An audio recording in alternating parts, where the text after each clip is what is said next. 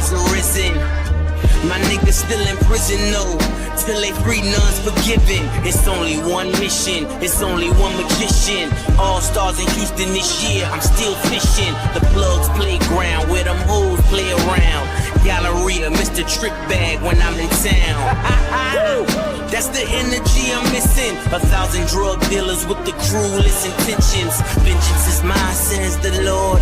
Throwing shots at niggas cause I'm bored and they whores. I'm Kobe going for a 6 ring, or that church choir sing. I'ma lean till they crown me king of New Orleans. Now everybody so 80s, 90s inspired, with none of you niggas 80s and 90s rhyming. You laptop hot, just internet warm. Down low for downloads, don't get caught up in my storm.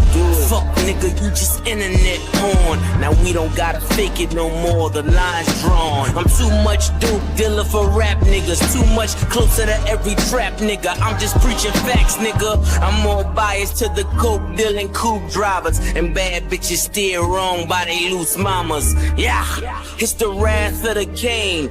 Preludes the debut, my name is my name. God. My name is my name. My name is my name.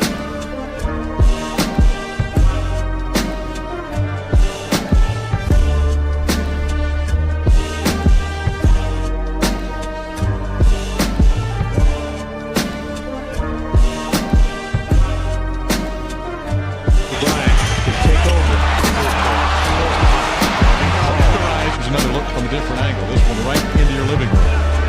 Yeah, again.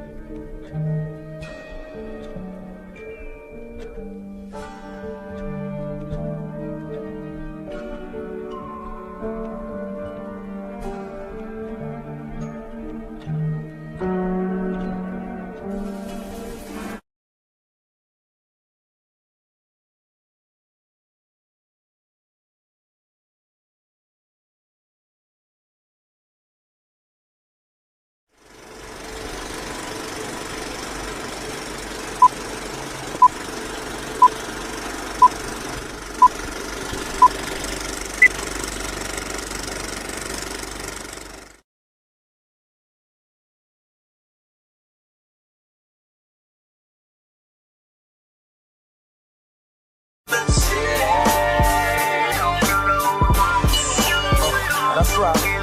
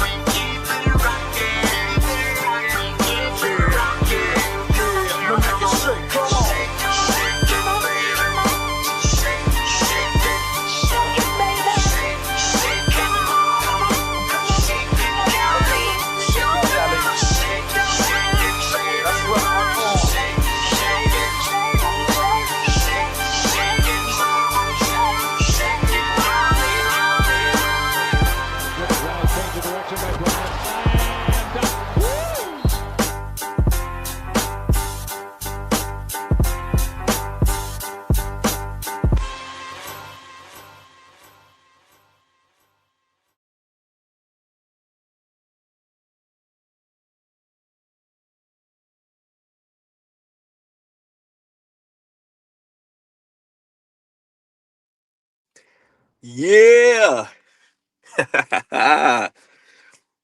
Happy New Year, ladies and gentlemen, 2026, man. Welcome to the first live stream of the year. What's good, y'all? Got my homie J Cool with us tonight. Let them know how Salute. you feeling, dog. You already know, man. It's the new year. You know what I'm saying? Salute to everybody. Ladies and gentlemen, the ratings have just gone through the roof because the great one is in the house. Man, damn, man, that's a hell of a compliment, man. Man, I appreciate Hey, shit, you have me tearing up. Oh, you talking about Uh, yourself? yeah, I'm talking about me. You know what I'm saying?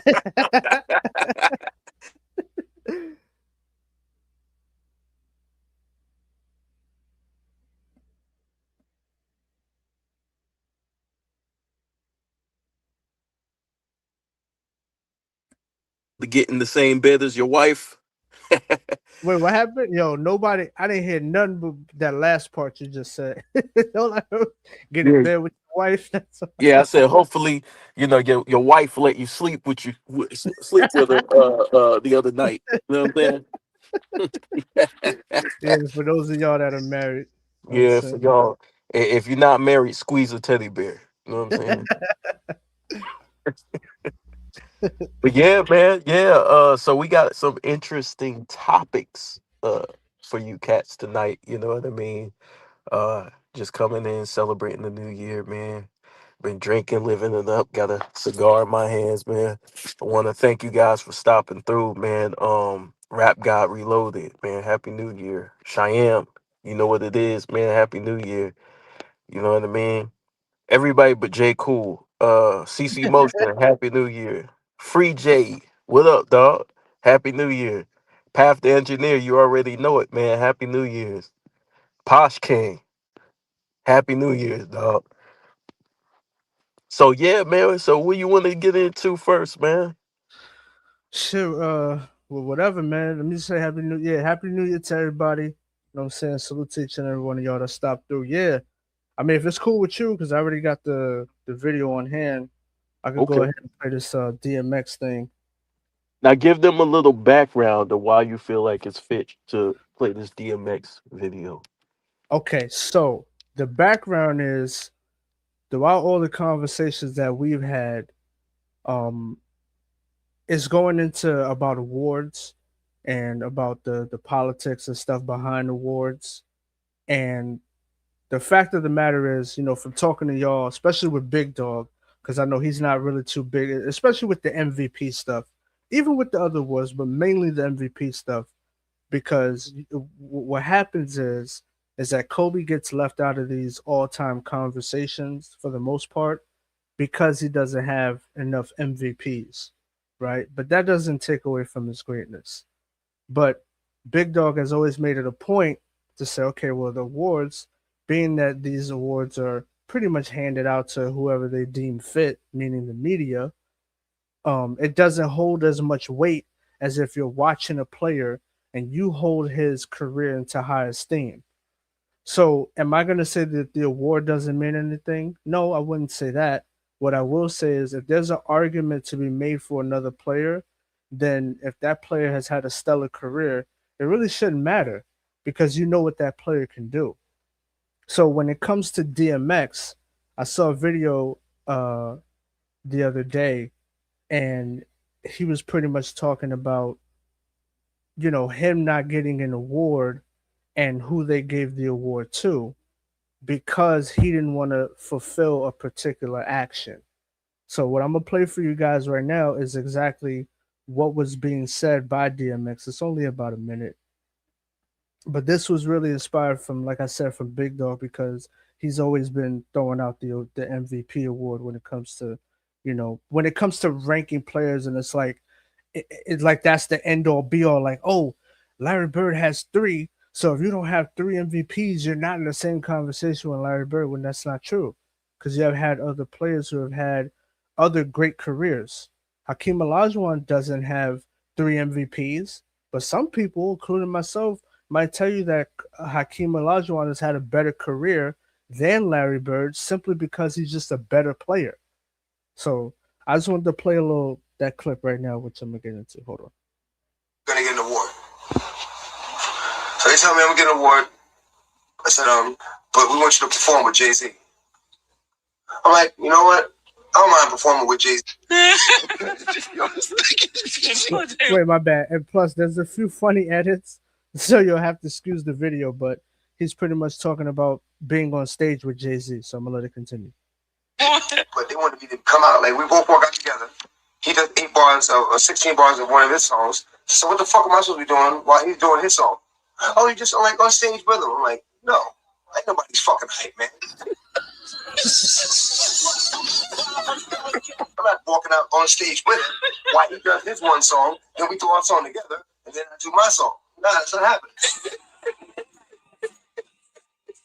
Hey, man. All right, now pay attention to this very last part right here, y'all, and watch what DMX says.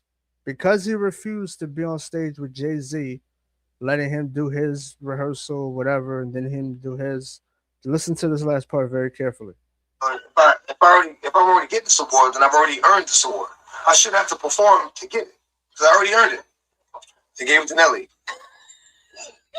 So, you see that right there? DMX taking on stage with Jay-Z, and he's like, "Listen, I already earned this award. You're not gonna have me perform to get it." And they gave the award to another person. Gave it to Nelly, which is ridiculous. Yeah, they wanted him to be the hype man too. Yeah, that's the but that goes into how people perceive awards. It really don't mean a whole lot if you hold somebody's career in the high esteem, like I said. So, and me personally, I think DMX as a rapper, I think he's better than Jay-Z. Not that personally, I listen to both. Jay's my favorite rapper, but objectively speaking, I think X is better than him. And that's why awards is like, now that I'm looking into stuff like that, before it's like, okay, yeah, the MVP, I could see the argument, but now it's like the MVP don't mean a whole lot to me no more. Let me say this, right? I'm in the middle, right? I think awards do matter because they explain your standing in the league during the time that you're doing your thing, right? So everybody remembers, oh, that was a hell of a defender. He made first team. This guy won DPOY, second team defense, right? Awards like that, right? Now, they MVP, yes, standing in the league, probably had the biggest impact in the league during the time, may have been the best player or not during the time, right? But it explains the level that you were playing at that year, right?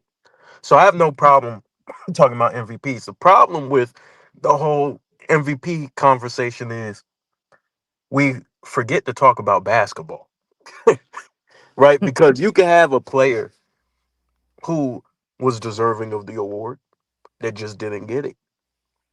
And it gets you away from having that argument, a basketball argument based on context, right? Let's talk about their game, right? I gave you, me and you were talking about this, the Evan Mobley versus Victor Wembanyama, right? The Defensive Player of the Year battle that they had last year. Well, a lot of people felt like Victor should have won it, taking away nothing from Evan Mobley, right? But it really could have went either way. Now, Evan Mobley, he got the edge because why? His team had a better record, right? So it really wasn't based on the individual, and that's why I try to tell people it's like a lot of this shit based on how the team is performing, and it's fair, right? It's fair because he had an impact on winning, right? But it's not everything, because if I tell you, if we go through each and every award, you're gonna say, okay, well, what was this player standing in the NBA again? How did the other players look at him during that time period? Because a lot of the other players be like, man, you forgot about this motherfucker. This motherfucker might have been the best defender in the world, but he just didn't get the award handed to him. You see what I'm saying? So that's the way I see it. As far as DMX, dog, DMX is a hip hop giant, man. He's one of the greatest to ever do it. I actually miss him making music, and it kind of brings me back to when I was growing up about DMX and the energy. You can see the competitive energy that he came with. He wanted to do everything on the strength of him. He didn't want to be a hype man. He felt like, man, me and Jay-Z on this floor, we equal. And they were during the time. We equals. I'm not fucking gonna rap behind this nigga. You know what I'm saying? Let us perform the song together if it's both of our songs. And if that nigga's performing, I'll wait in the back till he finish. Right. They wanted to be on stage with the nigga while he rapping. Crazy. Yeah. And then who knows? They probably wanted to set him up and the Jay-Z dip off while he performing his song. So people want people to bow down, and DMX was never one to bow down from the industry. Right? Yeah. And also, he said, fuck it. Don't give me the award. I wanted to point something out real quick also, was the fact that there's a lot of politics involved too. sometimes in a negative way, because when we were talking about the awards and when we were talking about certain players, it being a conversation like, okay, maybe this player deserves it, maybe that player deserves it. Fine, cool. But the problem is that they're also you're messing with basketball history when you're playing these type of games. And even as recent as Jokic, right? Now, Joel Embiid won his MVP, even though I think Jokic slightly outplayed him during the season, right? I thought Jokic should have been MVP. But think about this. They said we're not going to vote, we don't want to have Jokic as MVP because we have Jokic fatigue. But it doesn't make sense because the very next year you guys vote him as the MVP. So if it's fatigue, then he shouldn't be getting another award. So not only did you mess that up for him, right? But it also you're not evaluating the game because you didn't even say, well, we just felt like Embiid had a better season. No, you just said, well, we don't want to vote for Jokic this year. Which that's not fair because Jokic probably did have a better season. So it's just that's annoying, and then it interferes with, like I said, with history and all-time rankings and the perception of players. So that's the part that's annoying also because it's like Kobe definitely should have got a few more MVPs. So. And my whole thing with Kobe, what's up, big dog? I'm gonna let you get it in a second. But my whole thing with Kobe. Hey, yo. Hey, yo, you gonna let me do what? Hey, I'm about to leave, bro. Hey, pause, nigga. But yeah, man. With Kobe, everybody knows the Colorado situation. So people know this shit, but they try to act oblivious when they're having an MVP conversation. But the Colorado shit fucked that up, right? So it's like they're being disingenuous and trying to argue at the same time. And I'm like, well, I'm not going to knock somebody for being MVP, right? Like Michael Jordan got 5, Kareem got 6, right? It is what it is, right? They were balling. So you can't take that from nobody else. But the fact that they know for a fact the reason why Kobe ain't get a lot of the nods is because of the Colorado incident is disingenuous. Mm-hmm. It fucks up basketball conversation because it's like, dude, we know who he was. We know what he was. All of us do who watched him. You know what I'm saying? But big dog, what you got, dog? Yeah, man. Bill Simmons himself said he wasn't giving Kobe a vote no matter what because he ain't like him. Like he said that himself. So that's why I tried to tell that nigga face when he was in front of him. Well, you know how they go, bro. But see, that's why I try to tell people like not to use those awards when ranking players because people the media can have a bias to people they like or they don't like. And I always go with the Steve Nash example, right? Because I believe he was deserving of both his MVPs. I thought Kobe should have got one, but I'm not mad at Steve Nash getting it. Whatever, right? But this is why I try to tell people. People argue 2007, was it 2007? That Kobe should have got it. Some people arguing for LeBron. I think Dirk. About 06? About 06. Yeah, 06. Yeah, it was one of them.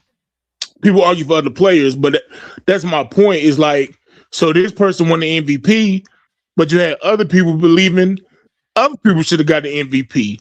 So that's why I don't go 10 years later, whatever it is, and say, well, this person had the MVPs. It's like, bro, was he a better or greater player than the other person we're going against? The answer is no. Derrick Rose, I thought he was MVP 100% 2011. That don't mean he was a better player than Kobe Bryant or LeBron or Dwayne Wade, or whoever else Kevin Durant maybe, or whoever else 2011. But he was the most valuable player in my opinion. He deserved it. But I'm not going to go back and use that to rank him above X player because he got an MVP because that don't make him better. So that's why, you shouldn't use it. So you got times where I felt like people didn't deserve it, like Joel Embiid. People I felt like they deserve it, like Derrick Rose when he won. But I'm not going to use those MVPs to rank him against another player. because it don't make them better to me or greater, in my opinion. So I think the awards, they cool to have, they cool to talk about, but I'm not going to argue Rudy Gobert's greatest defender is Dikembe Mutombo. I'm not doing that, bro. Well, it's just a lazy. To me, it's just a lazy basketball conversation. It's based on having a conversation without context, right? Right. So me and you had the Patrick Ewing and the Karl Malone talk before. You know what I mean? Right. You ask somebody who's a better defender, and they run straight to the awards. It's like, dude, like, did you watch? Did you know what I'm saying? Like, do you know what you're watching? Do you understand what you're watching? Yeah, I asked the dude. I asked the dude. I said, dude. I said Patrick Ewing was competing with Mutombo, Olajuwon, David Robinson, Mark Eaton, Alonzo Mourning, crazy, amongst others in his time for the defensive team, all NBA defensive team compared to Karl Malone. Only person he really competing with that's on the level of those guys is Dennis Rodman. And I don't think, you feel what I'm saying? So it's like, yeah, Karl Malone got more opportunity to become all NBA defense than Patrick Ewing would, because he only got 2 spots, and you fight with Mutombo, David Robinson, Olajuwon. You fighting with them guys. You feel what I'm saying? Yeah. Look at Tim Duncan. Tim Duncan is a prime example of, like, you could argue Tim Duncan as one of the top defensive players in the history of basketball. And yes, he was first team defense. He got awarded with that because of the coaches and whatnot, but he never won a DPOI. Think about it. The guy who spearheaded some of the top defenses in league history is not never DPOI. You know what I mean? So at the end of the day, when we're having a nuanced conversation, it's like, yo, let's have a nuanced conversation. Let's have a real conversation about basketball. Oh, go ahead. No, I wanted to add on to what Big Doe was saying, but peep this though, right? Like you said, KB, it's still, look, even if Kobe, let's just give him 3 MVPs, right? Even if he did get all of his MVPs that he should have gotten, it's still a lazy ass argument. So just because Kobe's because they would still say the same thing. Well, Jordan has 5 MVPs. He's not in the conversation. So whether Kobe had the MVPs or not, just getting away from that, using that is lazy, like you said. Period. Whether a person gets MVP if they got the voting right or not, it's still a lazy ass argument to just say, Barkley and whoever got an MVP, they're on the same level because of that. You know what I'm saying? It's really, really lazy. Well, you got some guys now, and I heard I forgot this YouTube channel, I forgot what it's called. They were trying to argue Jokic over Kobe. I'm like, based on what? Based on MVPs? I want somebody to steal their podcast equipment. You said what? Like, I'm where everybody have a different opinion. I hope somebody take their podcast equipment, bro. Enough is enough of this Kobe disrespect, man. It really is, bro. Hey, and I wanted to highlight something Rap got said. Hey, Rap, you said he wrote in the chat, you think David Robinson is better than Tim Duncan? I mean, that's what Rap wrote in the chat. I don't know if he wants to explain. As an overall just player, hey, that's debatable. David Robinson was a hell of a defender too. I was talking to a guy about this earlier. He said David Robinson better than Duncan. I don't know about that one. He might be better. I don't know. I wouldn't say greater, but he might be better. I mean, this man was putting up 3-4 blocks. David Robinson scored 71. Like we talking about Tim Duncan. Tim Duncan was a lead on defense. He was good. He was a great offensive player, but he wasn't like elite. Like he wasn't gonna give 30, 29 points a game or nothing like that. But David Robinson was elite on both sides of the ball.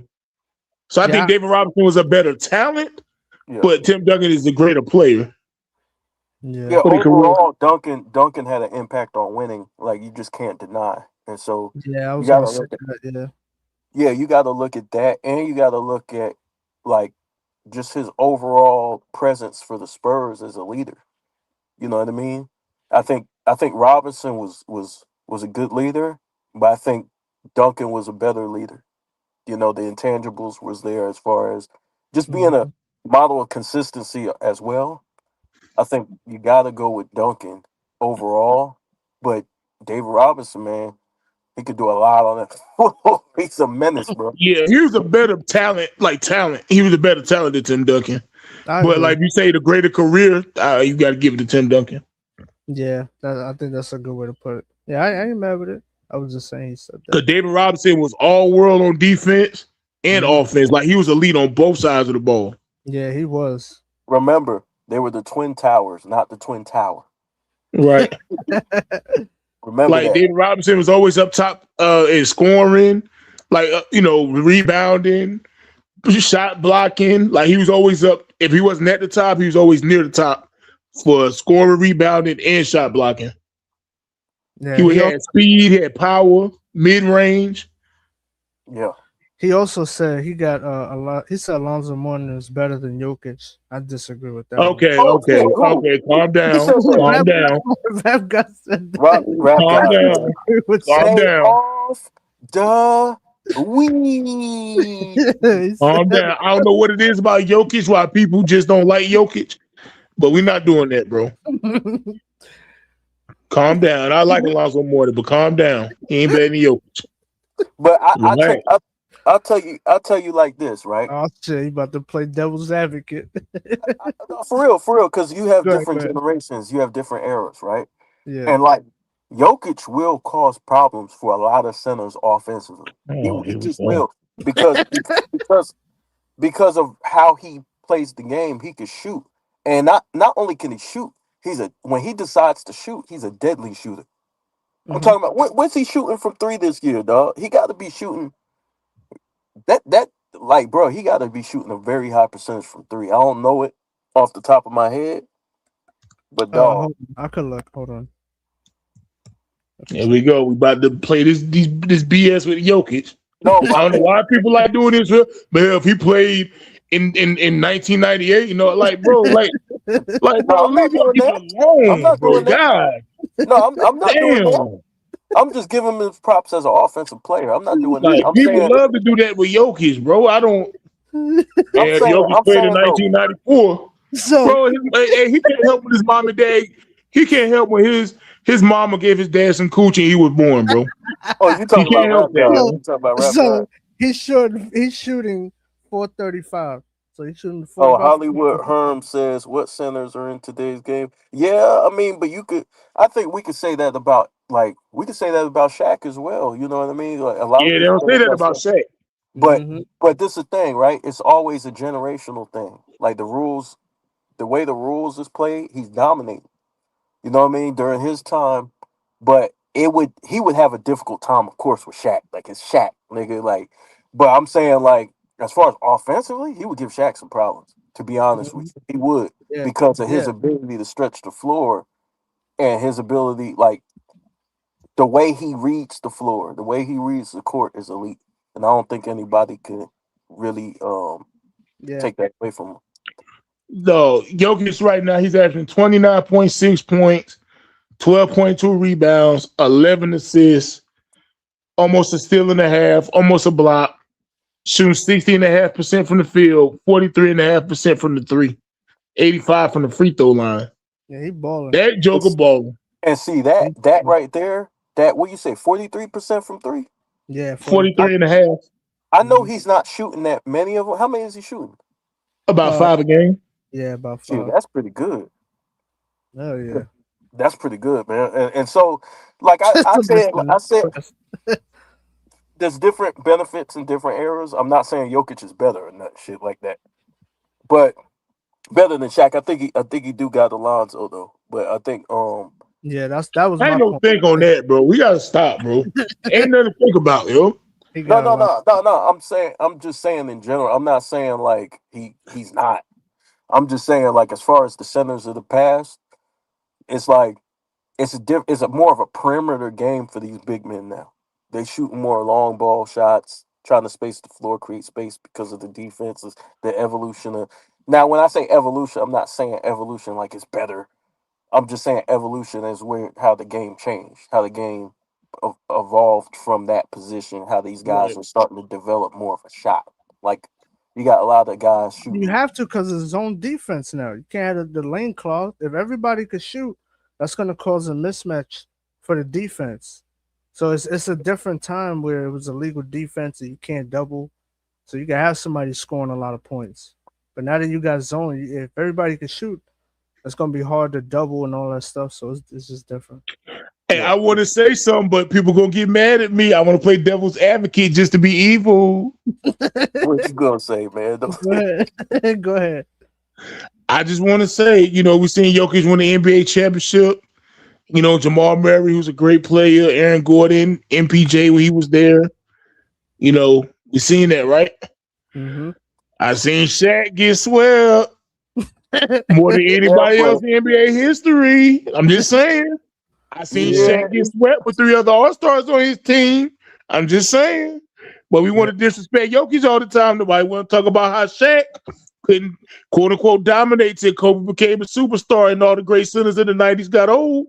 We don't want to talk about that, but we want to talk trash about Jokic. I'm about to be nasty. I'm about to be nasty. Everybody will talk about ain't no centers today. Wasn't no centers when Shaq was playing. It is different competition though. When Shaq was dominant, Alonzo Ball was old, Ewing was old in Orlando. Yeah, you know what I'm saying? That's because David Robinson, he was old. I want to get nasty. We get nasty with it now. They started in the 80s, like Ewing 85. Yeah, that's what I'm saying. When Alonzo Ball was still in his prime, he was sweeping Shaq up out of there. I'm just saying. When Shaq had Penny Hardaway and that great Orlando team, he got swept back-to-back years.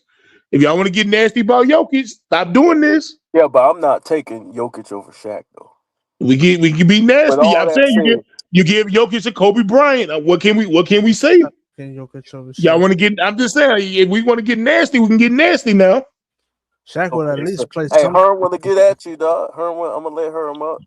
Yeah. Go ahead. Hey, you know what I'm saying? You know what I'm saying? I keep playing Jokic. You know what I'm saying? Like I'm just tired of the disrespect the great players, man. Yeah. What is there to disrespect when it comes to Jokic? I think a lot of people get disrespected because of Jokic, and nobody speaks on that. Nobody speaks on the fact how Jokic's teammates been getting destroyed for the last few years, but they shown you last night against a very solid Toronto team that they can actually play basketball. That they actually got some solid players on that roster. But you ain't coming to their defense. So my thing is, it is an argument to say about, you know what I'm saying, the competition that Jokic has faced. He don't, since Embiid haven't been the same, what competitions he got at the center position? There's nobody.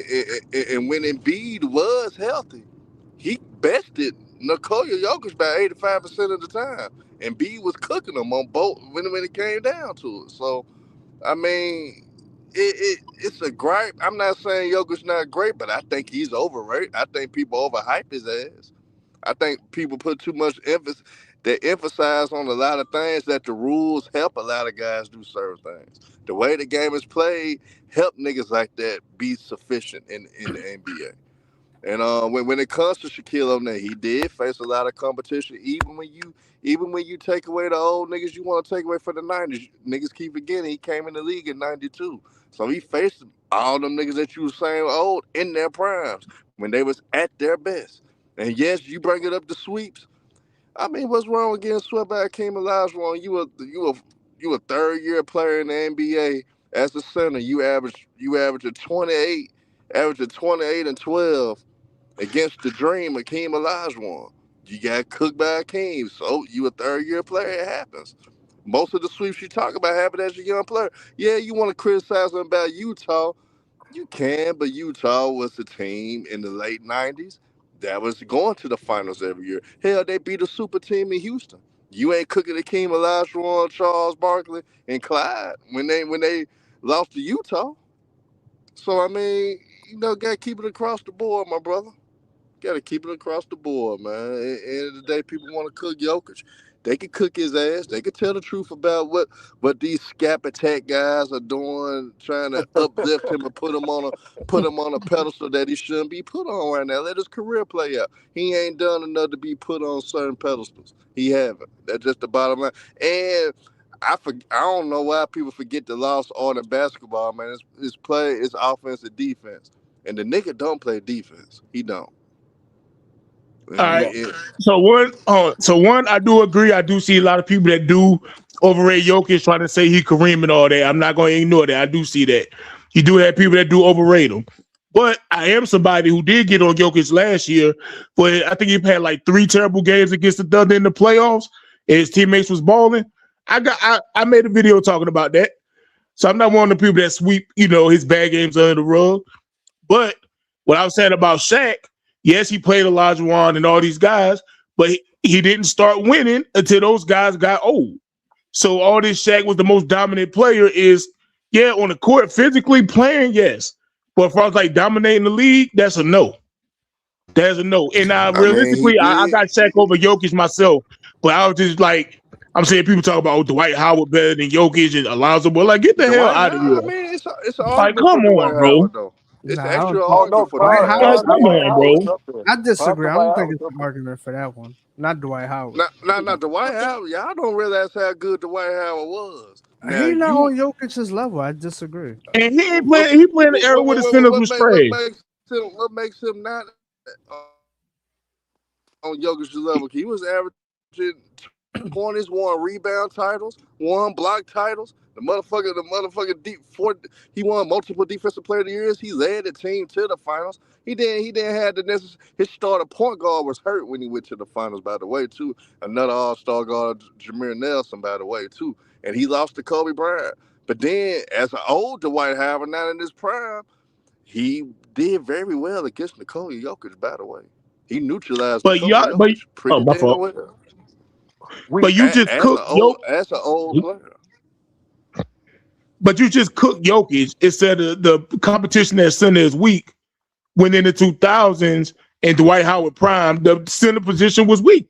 It was then. So you can't have it one way. Now Dwight Howard came into the league in 2004, so that's not true. Yao Ming was in the league. Shaquille O'Neal still was dominant.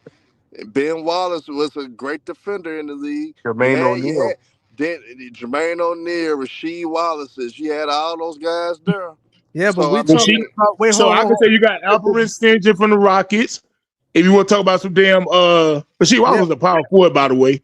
But he was playing center hold the argument too. The point that's missing is the part is when these guys got better. So when Dwight Howard reached the mountaintop, the mountaintop was thin. That's what we. The second best center was not exactly. What's the center for the Lakers? Andrew Bynum. Andrew like Bynum 2011. was cold, though. Andrew Bynum was cold. Yeah, but he wasn't all that. But he wasn't on. You had guys he was in 2012. You still had guys like Al Jefferson. Y'all forget about Big Al, man. Y'all forget about a lot of little names, man. That was still balling, man. That was legit competition for Dwight Howard. But to get to Shaq for the competition, he had Tim Duncan in his whole prime. Tim Duncan is mainly a center. People try to tag the power forward role. He played more games as center. That was his main competition. Hell, that was the 2000s era. Kobe, Shaq, and Duncan. Those were the guys that ran that era. So Shaq had competition. And Shaq, but Tim Duncan was mainly a power forward. I never seen any NBA team. I never seen any NBA team get 5 centers on the roster just to stop one man. They don't even do that for Jokic. They don't even do that for Jokic. So for people to act like Jokic is just as dominant as Shaq, they full of shit because niggas, the league is not getting 5 motherfucking big men to try to stop Nikola Jokic. That's true, but why they got those big men though? We just seen a 6'1" guard neutralize Nikola Jokic for the Thunder last year. But why they got those big? Why they get those big men though? To foul and put him on the free throw line when he was a liability. Hey y'all, hold on for a second. Let me get. I'm gonna let y'all continue. Let me get Sub-Zero in here, and then I'm gonna let y'all get back at it. Right? Yeah. Sub-Zero, what you got, dog? Big dog. What's up, brother? How you doing? Happy New Year. Man, I've been waiting on them videos, man. Yeah, man. I've been out of town, man. Since I've been out of town, it's been a lot. Man. My condolences, man, to the situation you were talking about on your channel. Yeah, man. Yeah. So, thank you. As far as the subject, I do think Shaq is overrated. I think I could say he's a top 10 player though. But when I say overrated, that title most dominant, we look at what he got, 1 MVP? Yeah. He got 1 MVP. His dominance was Todd McCullough in the finals. That's what New Jersey Nets, older, Dikembe Mutombo. I just don't think I remember what Penny was. I don't know how. I'm sure y'all guys probably older. Penny was a dog. But Penny was first team All NBA. Probably, let's be honest, we take Penny and drop him off in the league today. He's an alien. Yeah. They don't got nothing like him. They don't have nothing like him today. And the thing I'm saying is, I do think Shaq, if Elijah won, you got to understand, Elijah won from the mid 80s. It was undeniable he was going to be great. So, because the dude was averaging like 4-5 blocks some years. I mean, the dude was just a dog. So, with 2 steals. Hold on, when you say dominant, when we talk about dominance, right? Let's look at rebounds. Rebounds is effort. It's like defense. You didn't have a defensive prowess, right? Nobody talks about Shaq's defense. We don't talk about his rebounding. We don't talk about. So when we talk about dominance, we talk about being 300 to 400 pounds, sitting around the rim and dunking the basketball. He looks and talks about, if you listen to him, the reason I'm not a big fan of his, he'll talk about Wilt Chamberlain and all those guys and how he think he would have done this and done that. If you watch Wilt Chamberlain play basketball, Wilt Chamberlain ain't just turn around and just dunk on people. Wilt Chamberlain can shoot a left hand, right hand, like I wouldn't even call it a hook shot. It was just like a jumper or something, a one-hand jumper, 15, 20 feet out sometimes. I'm like, man, that takes a level of skill I've never seen from Shaq. Shaq was skilled younger, but as he got older, he relied more on just his size and the ability to just throw people out the way and just dunk the ball. That's mostly what he used to do. And so for me, I know in his opinion, man, if you feel a certain way, that's your guy. It's just like Allen Iverson. That's your guy. But I think if you got Kobe getting in your face, pushing you, bringing out that greatness, that's what people, to me, I got Kobe number 2. That's people, if you got a guy like that on your team pushing you for greatness, then I just think it's safe to say that's to be remembered. If you go look at the 2006 finals, Shaq wasn't dominant. He averaged like 14, 15, 16 points a game. He didn't just carry that. So to me, I think his lack of work ethic mixed with his lack of effort in other areas of the game to dominate kind of pulls him down. But I still got him in the top 10 though. Yeah, so, I'll take Shaq over Jokic. But so what do you think about Jokic game? Like, I'm gonna be honest with you. I'm a fan of Jokic for this simple reason.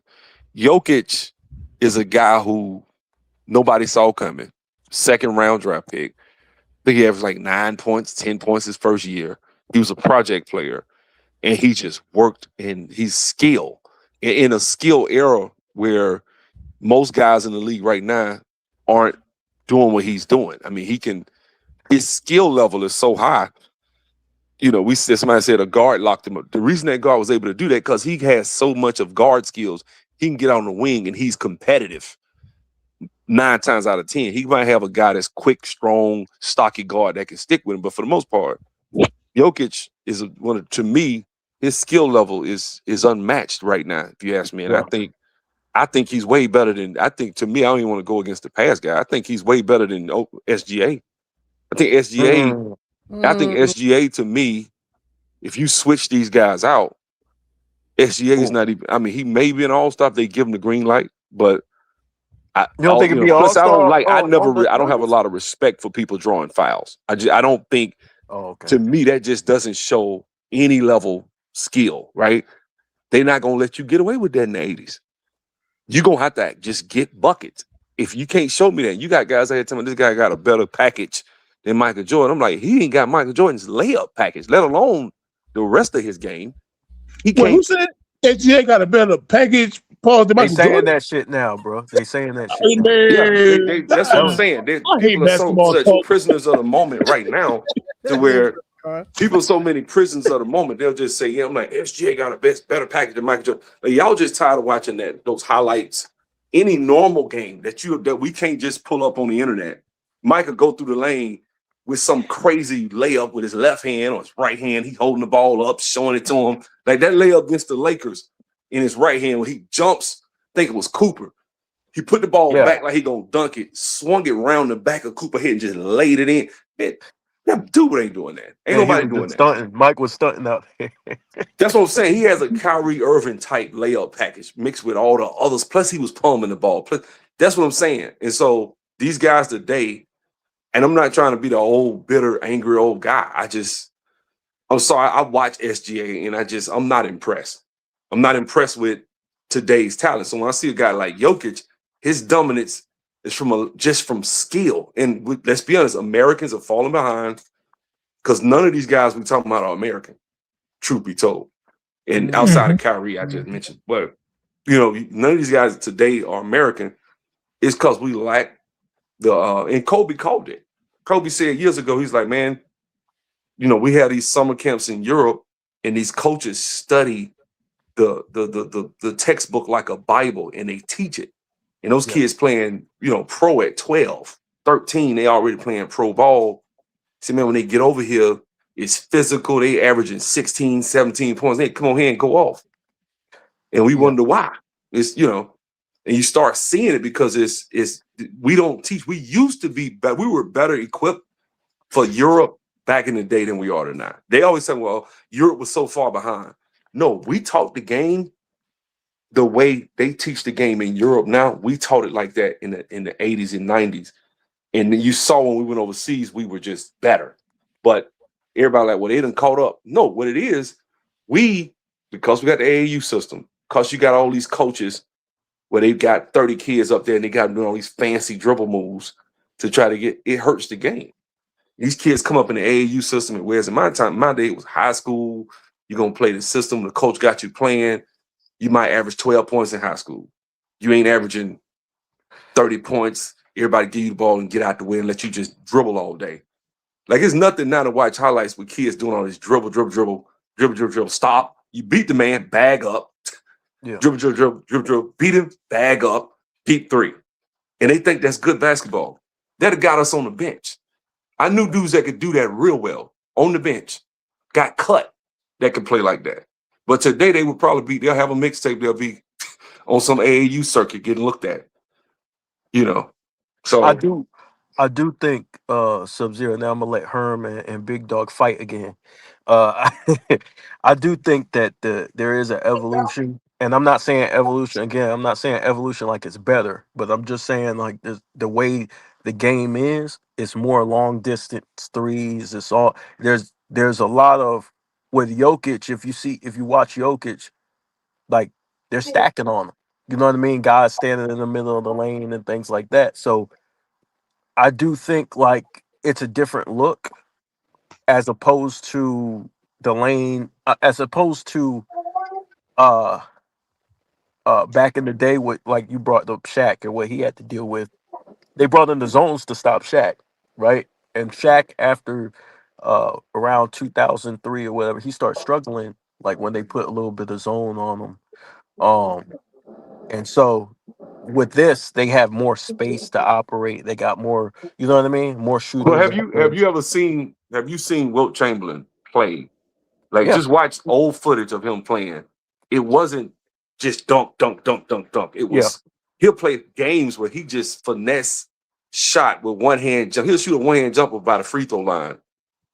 Just boom, going both ways, left hand, right hand. I'm like, man, this dude, he'll go by people, put the ball on the floor, do stuff. I was like, this dude is way more skilled. Because I used to, like, I ain't gonna lie, as a kid, you see the black and white, you see the short shorts, they can't play. I'm just gonna be straight up. That's how I used to think. Until I looked at it and I started watching these guys, like, man, that's actually, I don't know if these guys today could do some of those things. Like, we don't have centers today that can play like that. Well, ain't nobody gonna look like Wilt. Ain't nobody. Yeah, they're not shooting three. They gonna shoot threes and try to dunk or dribble. Yeah. Well, do what he was doing. Most of them can't do it. One of my favorite videos was George Iceman Gervin versus Larry Bird, the skill test, where they was doing all this stuff. And they was doing these little shots, and it looks like, oh, that, but then you gotta look at the level, the degree of difficulty. Most of those guys can't do that. I remember, I'm gonna tell you something. This is talking about myself. I had been playing ball for years, and this coach came And he was working with me one time. He said, dribble down the court with your head up, full speed with your left hand. Just little simple stuff like, because I was always going over with my right. I could switch and touch the left if I need to. And like if somebody try to take it, I can go left in. But dribbling full speed down the court, it felt funny. It felt, I was like, man, this is weak. It's a weakness. Man, I need to work on this because I couldn't do it. I did it, but it didn't feel natural. And what I'm saying is that there's a lot. You can look at these guys' games. If they can't just step back three, what else can they do? What else can they do? I mean, you got the other day, I know y'all watched this game or heard about it. The Atlanta Hawks, that's why I can't stand Trae Young. The Atlanta Hawks lost a game. They hit 150 to like 156 or something crazy. Both of them, they had 300 points. So you telling me these guys are more skilled because the guys in the 90s was getting 75, 80 points a game? Total? No. And so I saw like that's that guy, what's his name? Mike Korzemba, whatever his name. He did a video about the 90s. And I think I told you about this, but he was always trying to shit on the 90s. He's like, well, you have guys dribbling down the court and they got their backs turned. Yeah, because somebody up on them and they can put their forearm on them and you'll get ripped. And so that's why people like, you watch Magic, he'll turn his hip and dribble up the court because people playing defense, they can literally put their hands on you back in when Magic was dribbling. If you do that today, if I do that today, if I get up on you like they can get up on you like Gary Payton, you're going to have to turn your back too. Sub, I'm going to show a video of Kobe's defense because they talk a lot about how Kobe wasn't playing defense later in his career. So I'm going to show a video to you guys, and I'm going to show you an example of exactly what you're talking about against one of the greatest, if not the greatest ball handler of all time. But I'm going to let Herm and Big Dog fight for a little bit, and then I'm going to show that video, and I want to see what you say about that, Sub-Zero. All right. Okay, Herm, what you got, man? Man, they disrespect Kobe a lot. I think that's the most hated superstar in NBA history, by the way. I think he had all the fan bases hating on him. The Jordan fan base didn't accept him at first. You know what I'm saying? They weren't privy to him because they said, this nigga just trying to be a copycat, so they didn't fuck with him at first. Then with the Shaq and Kobe beef, mostly everybody took Shaq's side, so he getting hate for them. Then Colorado happened. Lost all the endorsements. Nobody was messing with him. And then along came, y'all, the LeBron James fan base, man. Oh, shit. Just crucifying, man.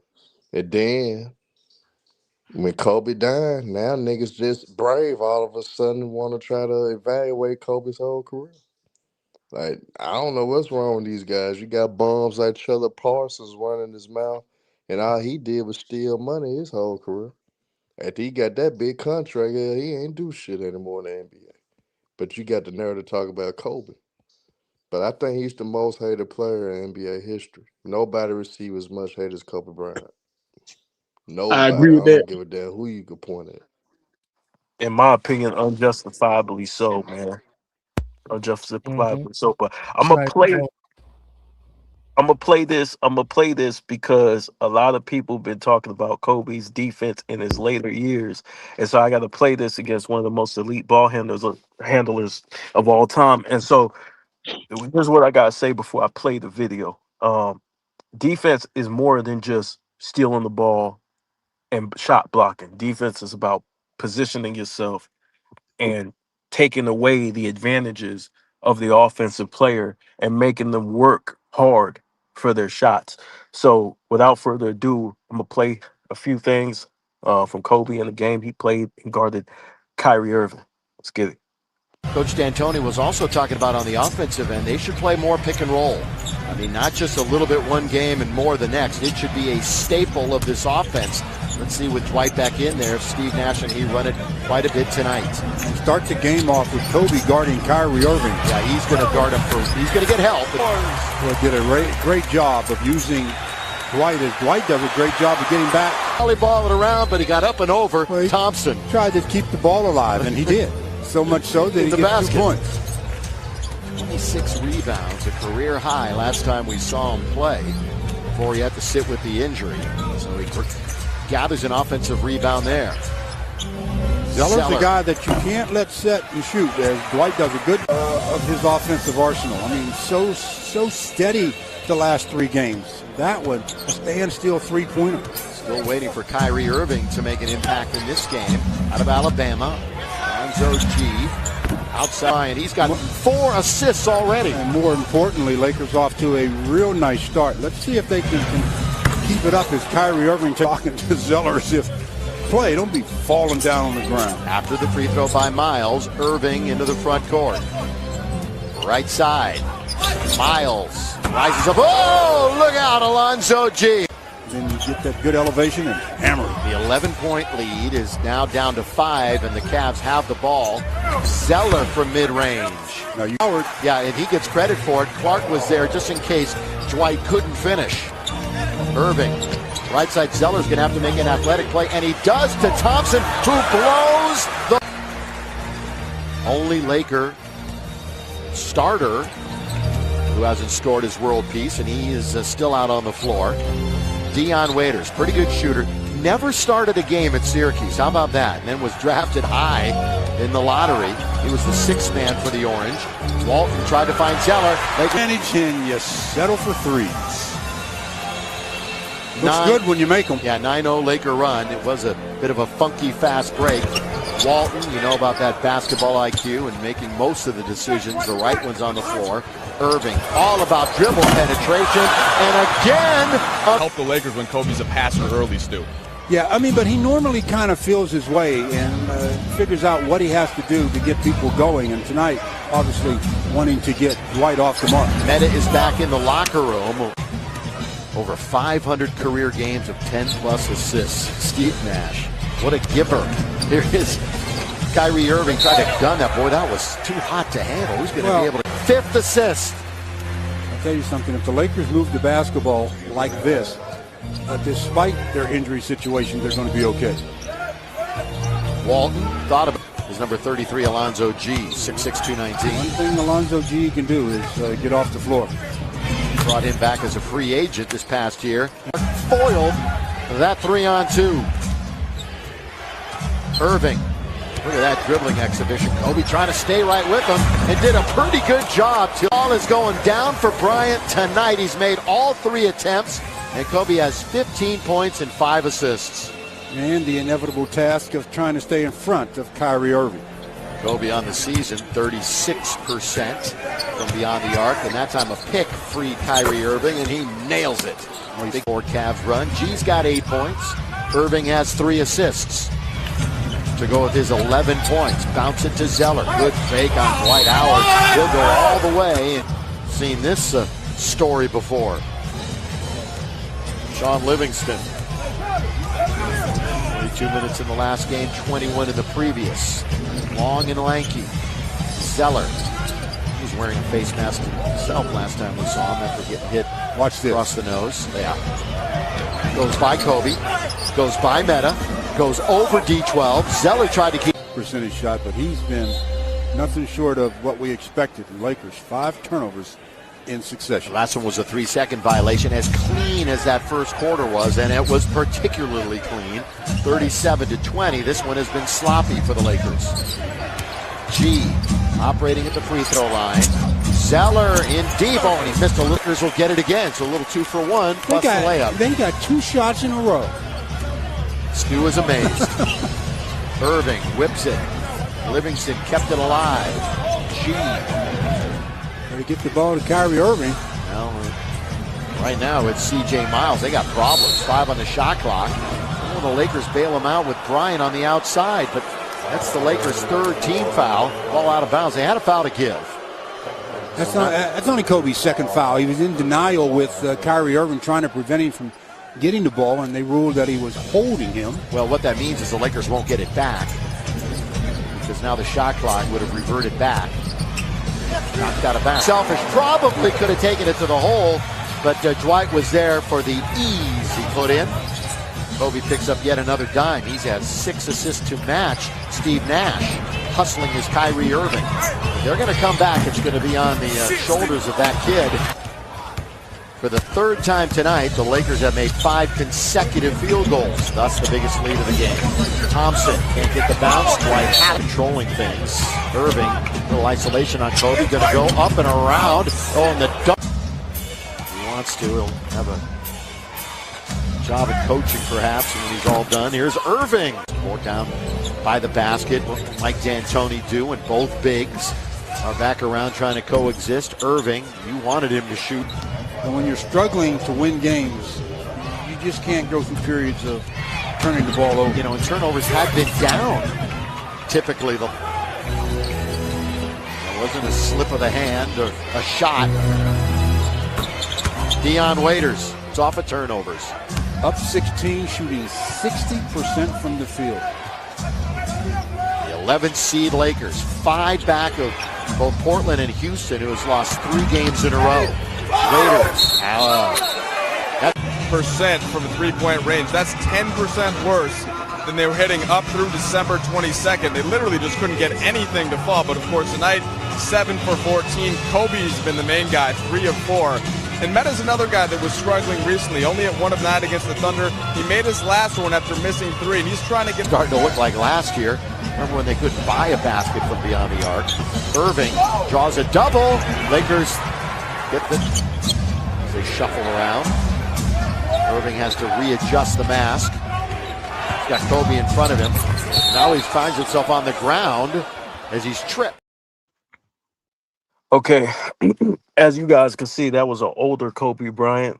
Of course, he wasn't the defender he used to be, but he's still, you know, Kyrie's a great offensive player. He's going to get his shit off. But mostly Kyrie scored off picks. Mostly. This is one of the greatest ball handlers. Some people got him as the greatest ball handler of all time. And Kobe made him work. He made his ass work. So, yes, Kobe was still playing high-level defense up to 2013. So what y'all think about that clip? I told people I got Kobe number 2, bro. I got Kobe number 2 all time. So. I got Kobe number 1. But yeah, Operation Shutdown. I said in 2013, you could argue Kobe was still the best player in the league. Yeah, I agree with that. So, but you see how he was hounding them even at that age, bro. He was 34 years old, even at that age. And you got people today saying that man ain't play defense. He's putting them up full court, y'all. When you go back and look at the guy that made, what, like 10 first-team all-defensive, play all defensive teams, and then you turn around and say, oh, yeah, he wasn't that good on defense. After you retired and he dead, I ain't got no respect for these guys, man. They doing the same with Michael Jordan. I saw Rasheed Wallace. Mike wasn't that good a defender.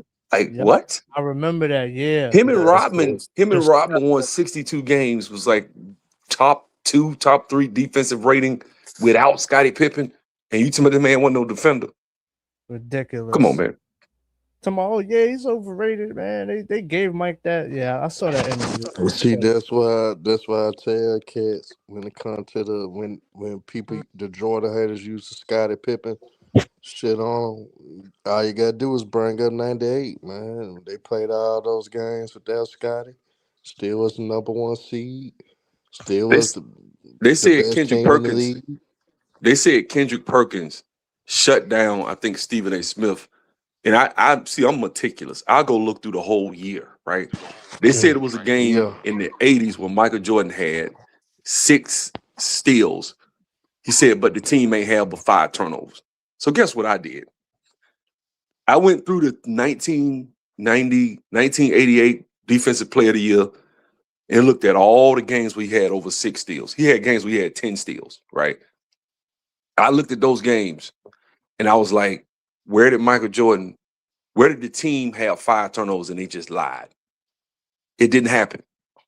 Yeah. And I did a video on my other channel, LeBron Haters channel, right? Where I was talking about how his fans are dishonest. They'll just lie. They'll make up a lie and just repeat it and say it with no shame. Like they'll say, he's an all-time leading scorer. Or they just lied about that 10-point game streak, right? That's a lie. If you count the playoffs, that's just not a lie. But you watch TV, oh, well, he hadn't had a 10-point game since 2007. That's a lie. That's a lie. It's a straight lie. Michael Jordan really had the 10-point streak, but in order to make him prop up LeBron, they excluded the playoffs. Why are you taking the playoffs out? Why? Why would you do that? In 2011. Like you act like we didn't see him do it in 2014 with 7 points. I mean, this dude, yeah, go look it up. He did it twice, and it's just dishonest, man. It's just lying. That's why I don't like. And to be honest with you, I don't like LeBron. I think I'll be glad when he lead a game. I think he's really cheapened, and he was given the game in a good position with Kobe, and he just refused to compete, bro. He didn't want to compete. And when you don't want to compete as a ball player, then it hurts your legacy. There's no way we can put you above guys that stepped up to the challenge. Even if you lose, if you step up to the challenge and say, Kobe's like, I'm checking the man. Kyrie the man. I got him. If I'm not mistaken, that's the year. Is that the year he snapped his hamstring? Yeah. Well, his Achilles. Mike D'Antoni. If you look at that they said it's one of Kobe's best years. It was. Kobe, if you remember, Kobe was checking the other team's best guy all the time, and he was averaging. He was trusting his teammates. He was doing the assists. He was checking the other team's best guy, like 33 years old, 34. For Kobe, that's a long damn time since he came out at 17. Mm-hmm. So this dude's 16, 17 years in, checking all these guys, snaps his hamstring, comes back. I mean, I love Kobe. When's the last time you seen somebody that age guard like that? You don't. First of all, nobody at that age is still dominant most of the time. When I say dominant, I mean on both ends of the court. You don't see that. You just don't. He's a rare breed, man. What's up, Bookie? Yeah, he's a rare breed, man. He's a rare breed, bro. And I try to tell people, like, the way he went about his business, and then they're trying to take it away by just talking. You know what I mean? They're trying to strip him of everything. It's like, yo, I watched this shit. I watched him pick up Brandon Jennings. I watched him pick up Chris Paul. I watched him guard Westbrook. I watched him guard all these point guards, extremely fast point. Remember, Kyrie, he'll sit your ass down, especially back then. Kyrie used to cross the fuck out of people. You know not just that, but Westbrook. I mean, one night Westbrook got on Kobe, like just gave it to him. Yeah, Kobe was man enough to go on Twitter and say, "Hey, man, you gave it to me tonight. Good game." He's a warrior. The definition of a fighter. When a nigga get it to you and you just, "Hey, man, that's a good game, man." That's a warrior.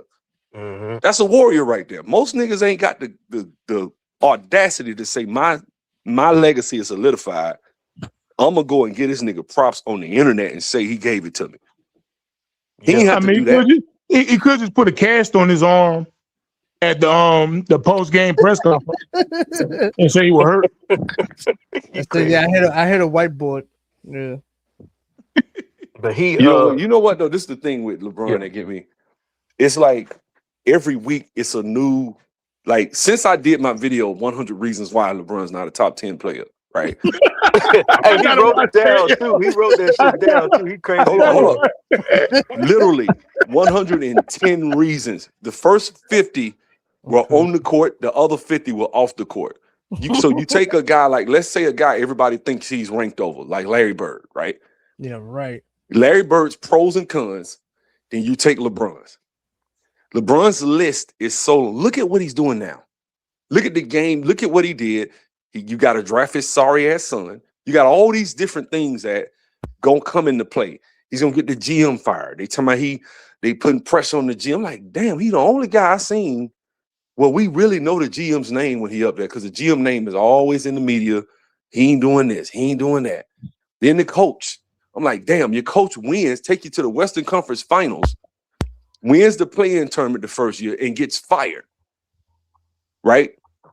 And then, well, he was like third, fourth seed, and then got injured. Came in, played in the play-in game. Y'all lost, but y'all was supposed to win. Y'all supposed to have a matchup well with that team. You lose, and he gets fired. But this year, now I'm starting to realize this is why I'm kind of pissed about the media because I'm like, why isn't JJ Redick under the hot seat? He should be. Because JJ Redick was dragging, he was one of the ones throwing dirt at Darvin Ham when I'm like, bro, you went out in the first round last year. This year, y'all hadn't really played anybody. And now you probably gonna have a rough year this year. You should be fired at the end of this year, just like Darvin Ham. But they're not doing it, and they're not even talking about it. They're not even mentioning him. Fired last year for that. They not mentioning him. Like Darvin went to the Western Conference Finals and got fired. This guy hasn't done that. Went out in the first round as a higher seed, which never happens. Supposed to be if you're supposed to be such a basketball genius, like he liked to talk. So I'm not wishing well for the Lakers after because I want JJ Redick fired. Then I don't have no problem with the Lakers. But if they don't do JJ Redick just like they did Darvin Ham, it's not fair. Hey, I'm trying to find that video. What's the name of that video again? Some biscuit and can I have a drink? Okay, boo. 100 Reasons Why LeBron James is not a top 10 player. So I got a channel called LeBron Haters Refuge, REFUGE. But I don't see nothing wrong. I see nothing wrong. Acknowledge that you don't like him. I don't like him. I don't wish him well. And I'm very passionate about his. I'm very passionate about LeBron losing. I'm willing to walk miles. I'm willing to contribute money. I want to see him lose. I do. Hey, hold on. I'm telling y'all right now. I haven't. Go ahead. Real quick, I was gonna say, your channel ain't your Sub-Zero name anymore. Hey, J. Cool. They took the other channel. So I lost my other channel, but I just got it back. So now I'm just Sub-Zero again, Sub-Zero 3639. But the Sub-Zero 3639 Live was my backup channel. Right. I grew that one or tried to grow it, and then they took that one about 3 months ago. But now I got my old channel back. So So I'm gonna go to CJ real quick, and then I'm gonna play another video for you guys. It's gonna be shorter than that. The other one I played. What else? CJ? I'm gonna go to CJ. What you got, dog? Happy New Year, dog. Oh, Happy New Year to y'all on the panel. What's up, fellas? Happy New Year's, y'all. Big Dog, Sub-Zero, Herm, J-Rod. What's up? I ain't see you in a minute. And Corey, my phone. What's good, man? What's good? Hope you're having a good one. Same. Salute to Kobe. I got him second all time, Jordan first. I understand people don't like LeBron lost a lot, but it's kind of crazy if he's not in the top 10 because he a top 10 player. I know he did a lot and like his antics can throw people off, but I think what we can do is put players ahead of him that did it the right way, because I know people going to probably discredit him from like switching teams and all that, but I think he's still in the top 10 for sure for what he did. He was consistent, longevity, and he still got team success. He still won. And he still had great moments. So I understand though what people angle is because like the same shit he did, like he get disqualified, but I just don't think LeBron better than Kobe and Jordan. But I think with everybody else, it's kind of like a toss up. To be honest, you look at the talent and like what they did for the game, because everybody got an argument, and I think LeBron, he is a great player. I think it's more so his fans and how they try to make excuses for him and try to push narratives for him and stuff. And I think the way how he handle his business and talk about stuff and don't back it up, I think that's what throw people off. But you just look at it from like just a basketball perspective, I think he an all-time great player. It's just that he got drawn in like the social media era to a point where everybody got an opinion, everybody can create this narrative and, make excuses for him and stuff. I mean, he don't make it better, but I feel as though he an all-time great player. And I think when he gone, he gonna be missed. All right. So I'm gonna play this little clip, right? Of Kobe, another defensive clip, and then that's the last clip of the night, and then we're gonna do a free for all. We just gonna continue talking like we talking now. So let me before you play that clip, yeah. I just clicked on the video on the 100 Reasons Why LeBron James This the one, right? 100 reasons why LeBron James is not a king and definitely not a GOAT. That's the video, right? Yeah, if you're on my channel, what's the name of the channel? LeBron Haters Refuge. Yeah, that's me. That's me. The video 5 hours and 57 minutes long. Damn. Well, what happened? So I put the link in the chat, and this brother that's always on everybody's channel and making excuses for LeBron comes up, and I said, all right, well, let's go through the list. So we go blow by blow, and he agreed with about 70% of the list, right? Yeah. I said, so how does he rank over Tim Duncan? Because he don't have his list. Why is he over Tim Duncan? He don't have the whole 70 thing. things I was against him. there. That's crazy. Yeah, I see you up there, KB. I got like a paused on like the 4 hour 41 minute mark, and I see you up there. Dog, I knew that shit was real when he was writing down. You could hear him writing down on a piece of paper. Bro, I got it paused at. He put up an old article about the Bolshevik Revolution. I said, I got to watch this.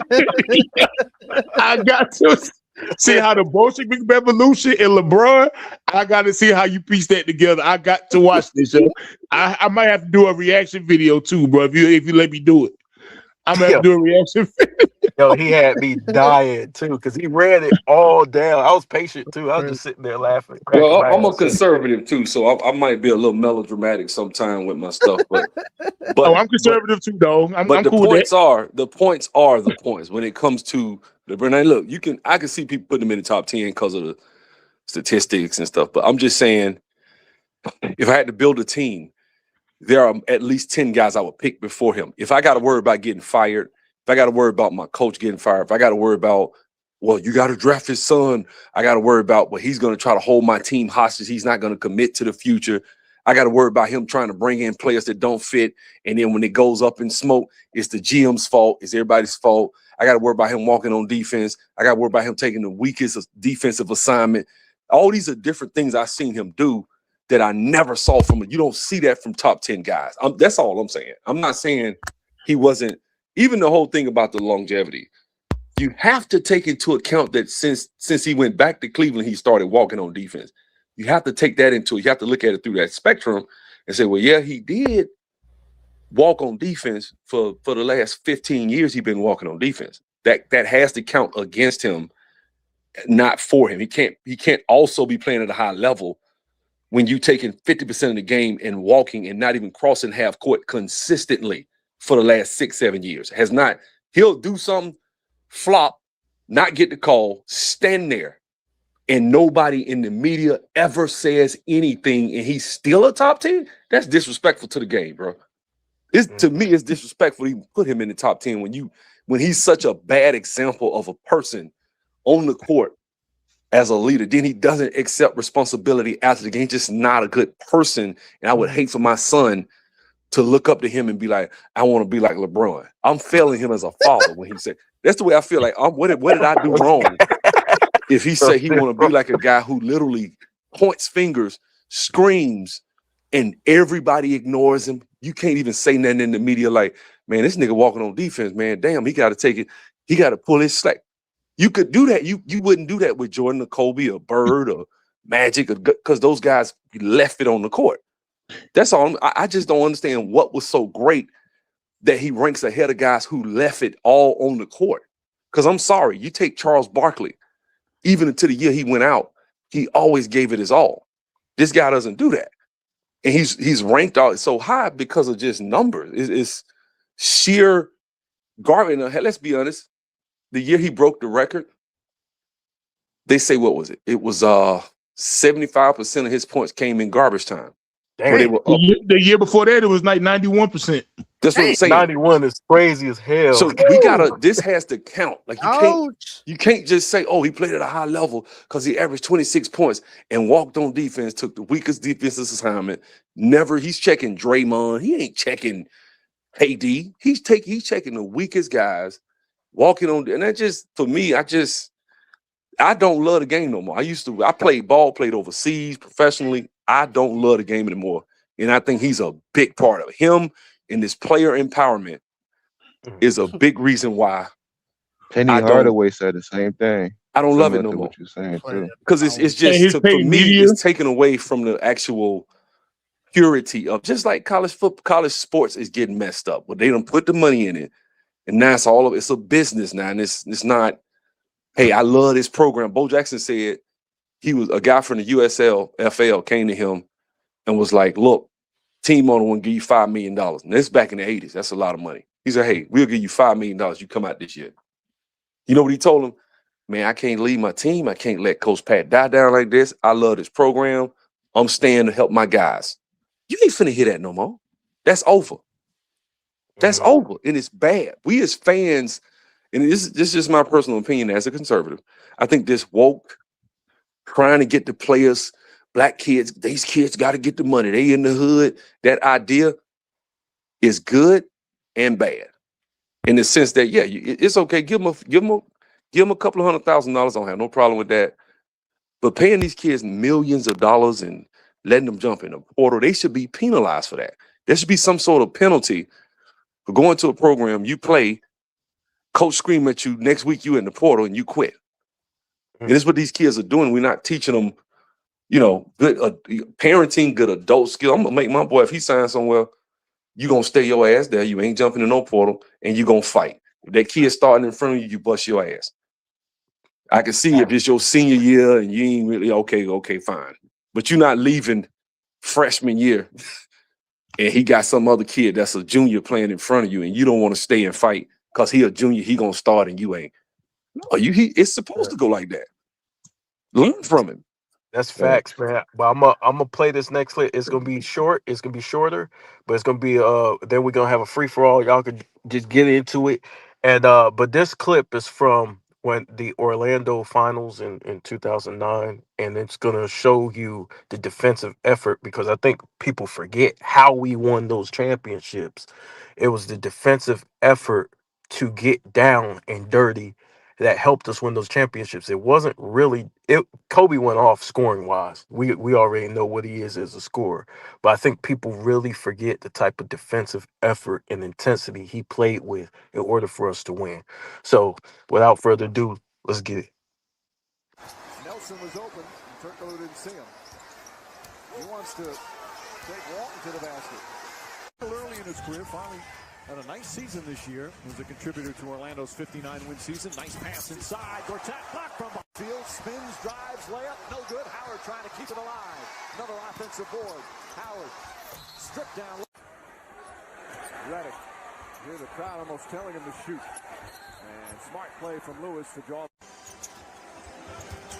Bryant stays in the game. Got 4 starters and Luke Walton still out there. Lee turned it over. Turkoglu took an unnecessary foul. Now he has 3. That puts him in danger.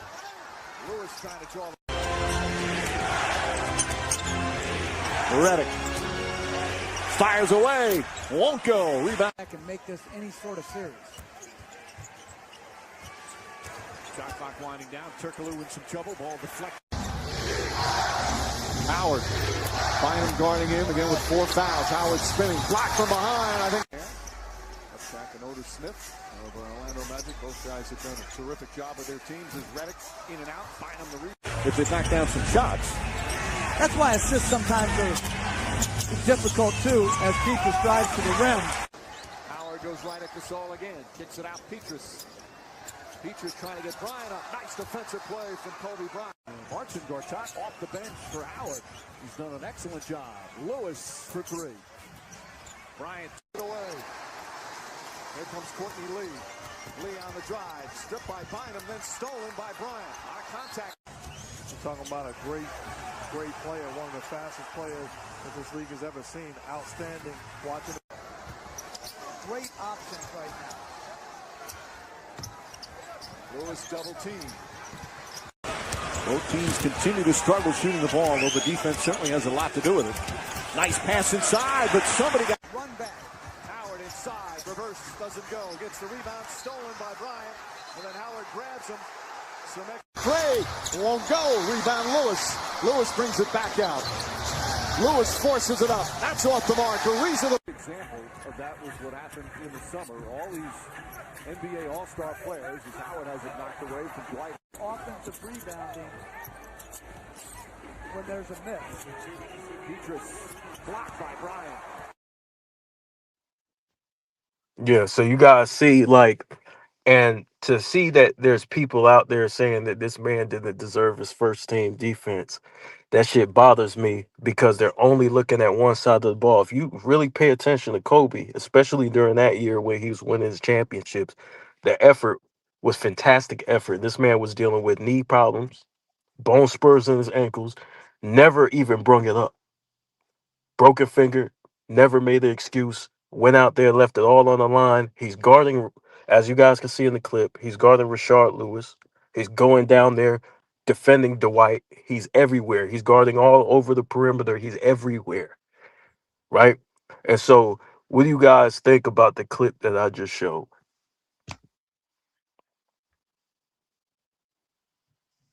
The man's a warrior. I mean, think he's a warrior. He one of the best.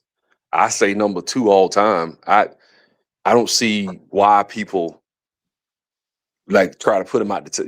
You wrong if you put him out the top 10. You just wrong. And I think what he did when Shaq left is ridiculous in the sense that even the years where he struggled in like 06, 05 when he was hitting 80 points. Look at that. That's to me is a level of dominance. I will put over Shaq's dominance just because there was fear. Like people would get what they call it the Kobe flu. Like, man, I gotta go against Kobe tomorrow. Kobe was back in 06, 05. Man, people ain't you even say something. You even act like you said something crazy about Kobe. He gonna give you 50. He gonna give you 50. And everybody gonna be like, man, you shouldn't have said that about Kobe. It's old clips of people talking like that. It's clips, and there's like even just to show you how good Kobe was and how everybody forgot. Dude, they was putting it on ESPN, not ESPN, Sports Illustrated was putting on the cover that he was better than Jordan back then. Yeah. They were saying better than not. Listen, they were saying, but when I see guys that got Kobe number 1, I know why they got him number 1. He my number 2, but I know why, because I remember what he did. We have not seen that. LeBron has never approached that level of greatness, ever. Ever. He's never approached it. His closest year was 2013. That's the truth. Right? Other than that, LeBron never, ever played both ends of the court. And even then, he's never been a good on-ball defender like Kobe. So those chase down blocks, he was just one of those guys, a help defense guy. He's not a on head-to-head guy. They thought he was that in 2011 until Jason Terry showed what time it was. Yeah, he wanted to win so bad, man. And then you see, like, he was just active. I remember watching, I said, damn, how you got all that damn energy? He's just active, man, year in and year out. You know what I mean? And some players got the best of them as far as certain matchups and stuff like that, every other night, whatever. But I mean, just talk about an overall dog on defense, man. But is that the definition of a warrior? If you a warrior, man, you a real true warrior. Somebody gonna get buckets on you, man. It has to happen. You cannot. That doesn't negate the greatness of Kobe, because you can find clips of somebody crossing him up, right? Kyrie Irving spent off him. He was trying to get up close. He spent up out of him. He creates space. Yeah, that doesn't mean nothing. You in the NBA, it's just like when you play a high level of basketball, people are gonna get dunked on. People gonna do stuff, man. I played at a level where I ran across some real killers, man. So if you're gonna be tested, I was a 6'2" guard. I mean, you're gonna run across guys 6'6", 6'7", do everything you do. That's a tough night. And so you know how hard it is to guard a smaller guard? Kobe 6'6", he's out there guarding 6'3", 6'2" guards and shit. Lightning quick, handles. That's hard, man. At the professional level, that's hard. So, like I said, the year he won in 09, and then he won in 20. He won 09, then he won in 2010. Let's look at, and I'm not trying to belittle Pau Gasol, but Pau Gasol was a one-time All-Star before he got with Kobe. 7 years in the league, only was an All-Star once. So basically, I mean, it would be like taking Trae Young and going to back-to-back finals with Trae Young. Like and even Trae Young has been more all-star than that. But I'm just going to show you, Trae Young ain't really that guy, right? But it'd be like taking a second-tier guy and going to 3 straight finals. Mm-hmm. These guys, I mean, that's why I just, to me, I think back when he was playing, everybody knew what it was. Now it's, oh, well, you know, he dead. I'm like, man, y'all know what it was with Kobe, bro. Y'all niggas was scared to even say something about Kobe.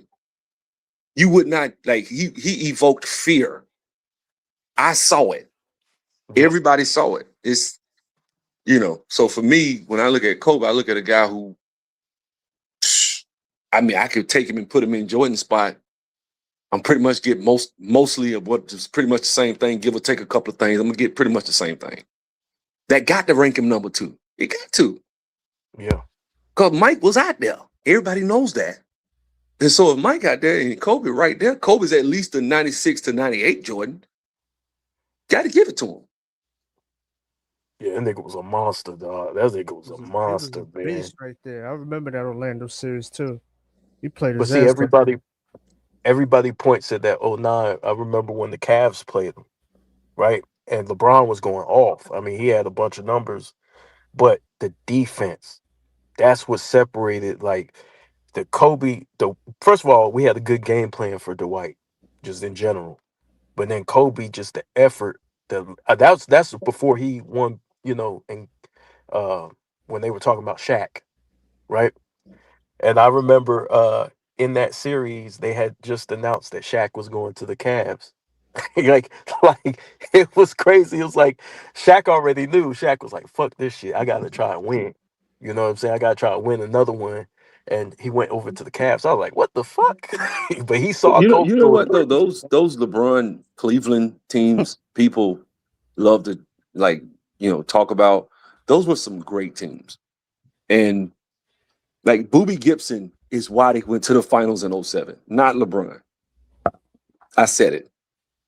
Boobie Gibson, the one that they laugh about and joke about, he had Boobie Gibson. Go look. Boobie Gibson gave him 31 off the bench. Yeah, that's how he went to the finals. That's unheard of. That almost never happens.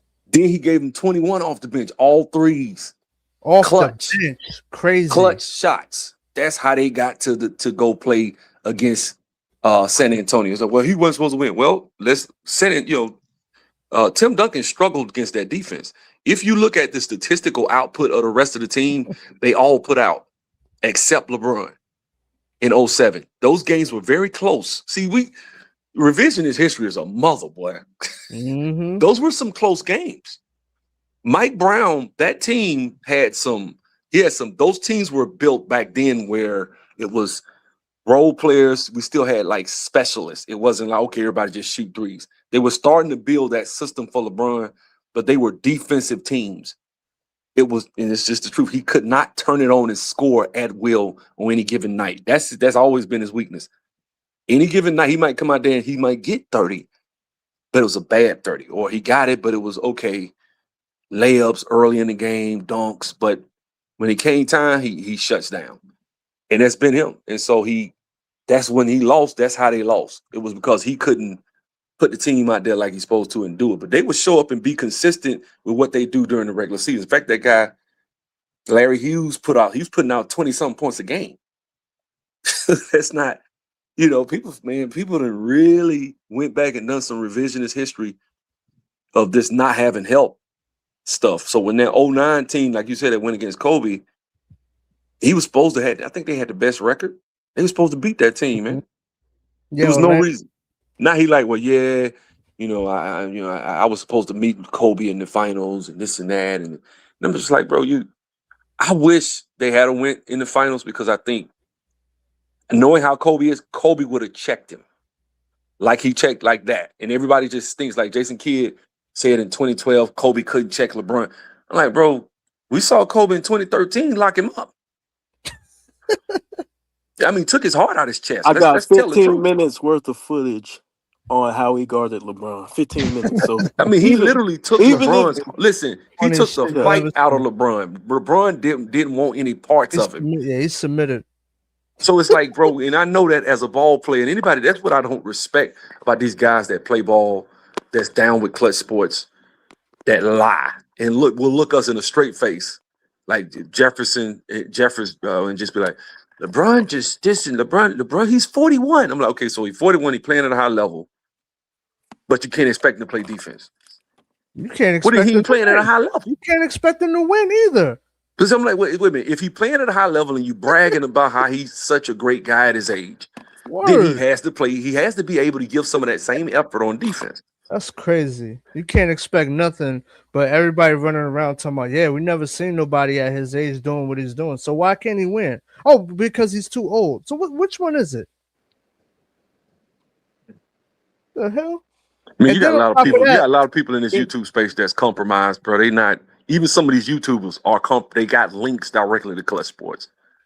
I ain't saying no names, but it's some people in this space that's cool with Gilbert Arenas because they done got smart. They done started reaching out to some of these small channels. I thought you wasn't saying no names. I didn't. Well, Gilbert don't count. But what I'm saying is they done started reaching. We can put the puzzle together. They reaching out to these smaller channels. And what they doing is they getting cool because they know the narrative has shifted to YouTube. And in this space, people telling the truth. And so you can't come over here and say the stuff you say and say that, try to put Austin Reeves on the bench and think it's going to go over well over here. Like, wait a minute, bro.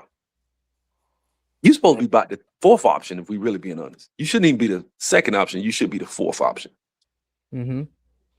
Yeah, and I wanted to say something about LeBron in that Orlando series, right? And if you want to get a glimpse of LeBron's career in one game, game one, LeBron absolutely went off. He had a phenomenal game one, scoring-wise. I believe he dropped 49 points in that game. But if you want to get, like I said, a snapshot of his career in one game, during the clutch, during crunch time of that game, he just, he failed to close the door. He failed to get the job done by winning that game. They were on their home floor. They had home court advantage, I believe, throughout the entire playoffs. And they were on their home floor. And at the end of the game, LeBron has the ball. He gets by Petrus, who falls to the ground. And LeBron, he has the opportunity to take a shot. But what does he do?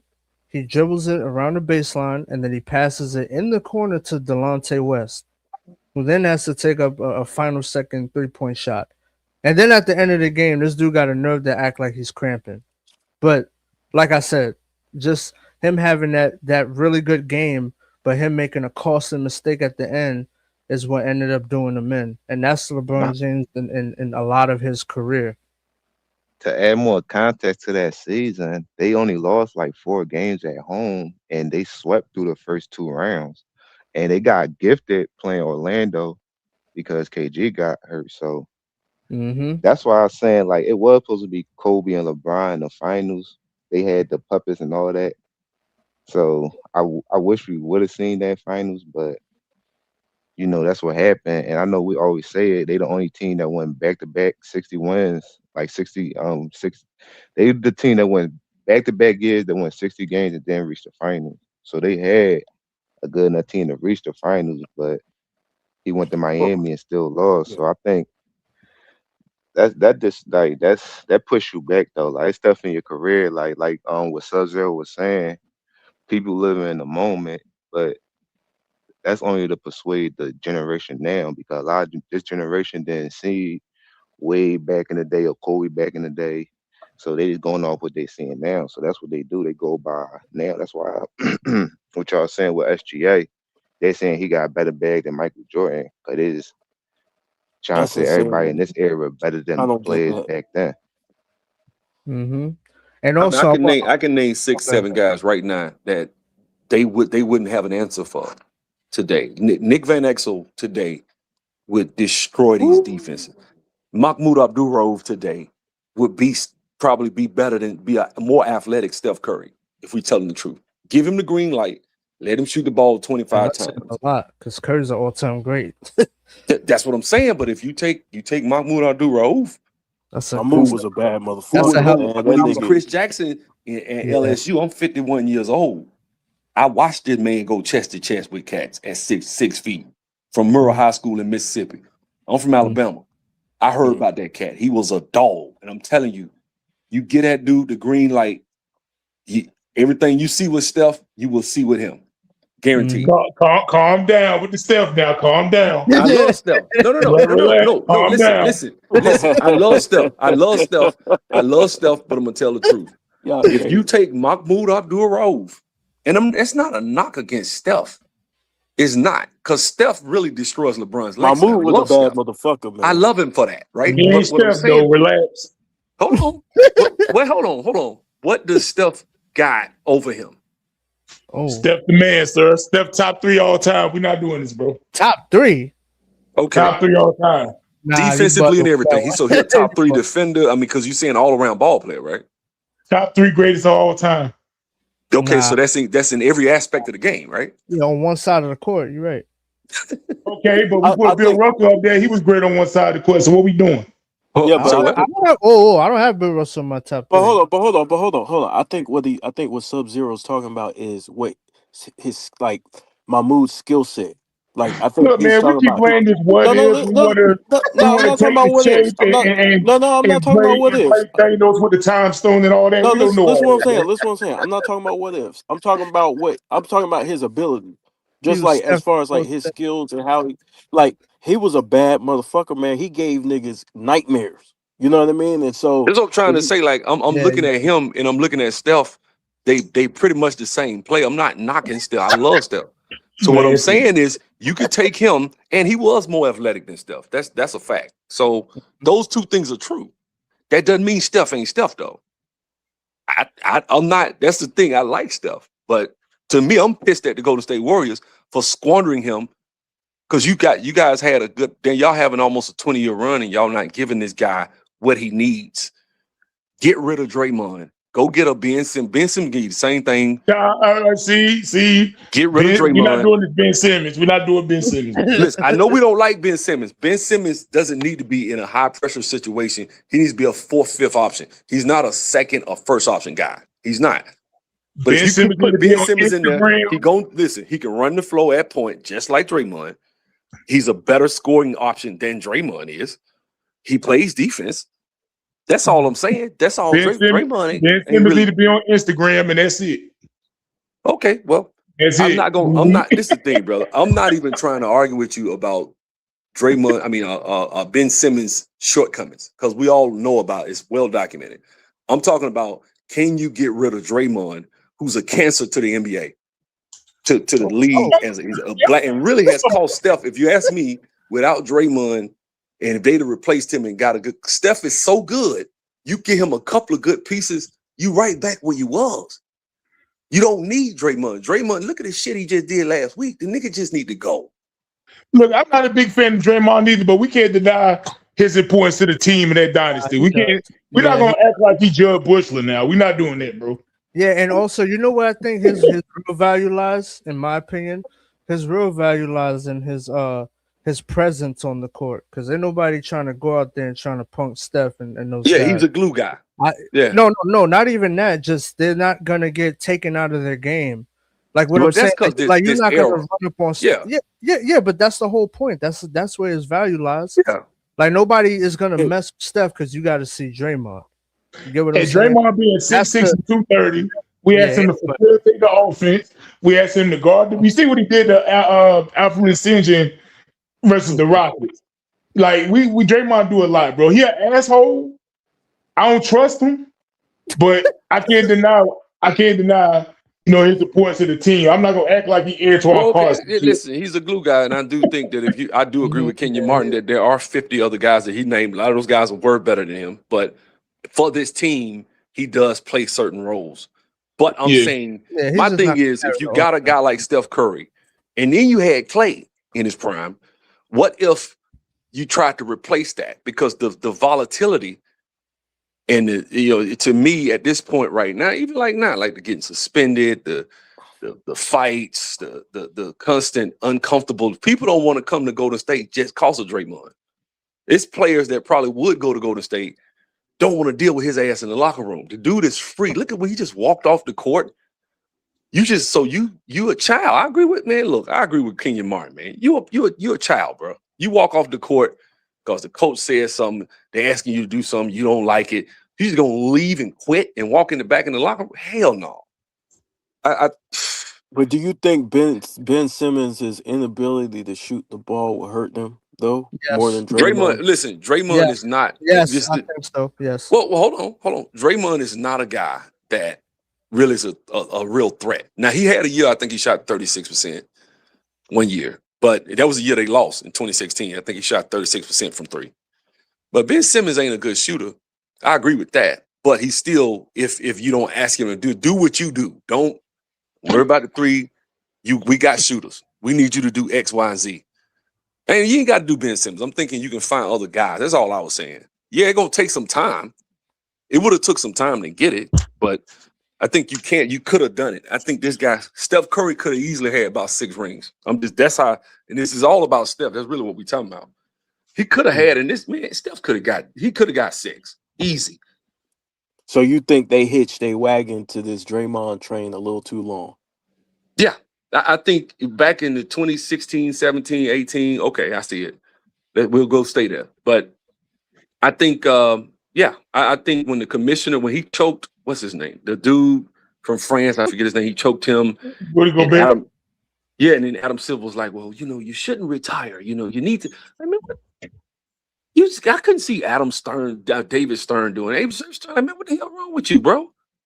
He would have been in that office. It's a black eye for the league, man. And then not to mention, nigga always screaming racism, and I just don't like his ass. I don't like that nigga. I just don't like him.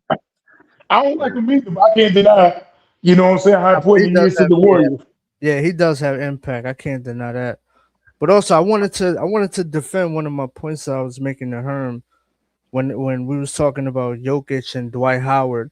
Those guys are pretty much the exact opposites of each other as far as what they bring to the game. Jokic is very, very good on offense, while Dwight Howard being very good on defense. And when I was saying that I don't think Howard is in that same conversation, I can break it down and explain it. I just think that Jokic, number one, he led his team to win a championship. That's number one.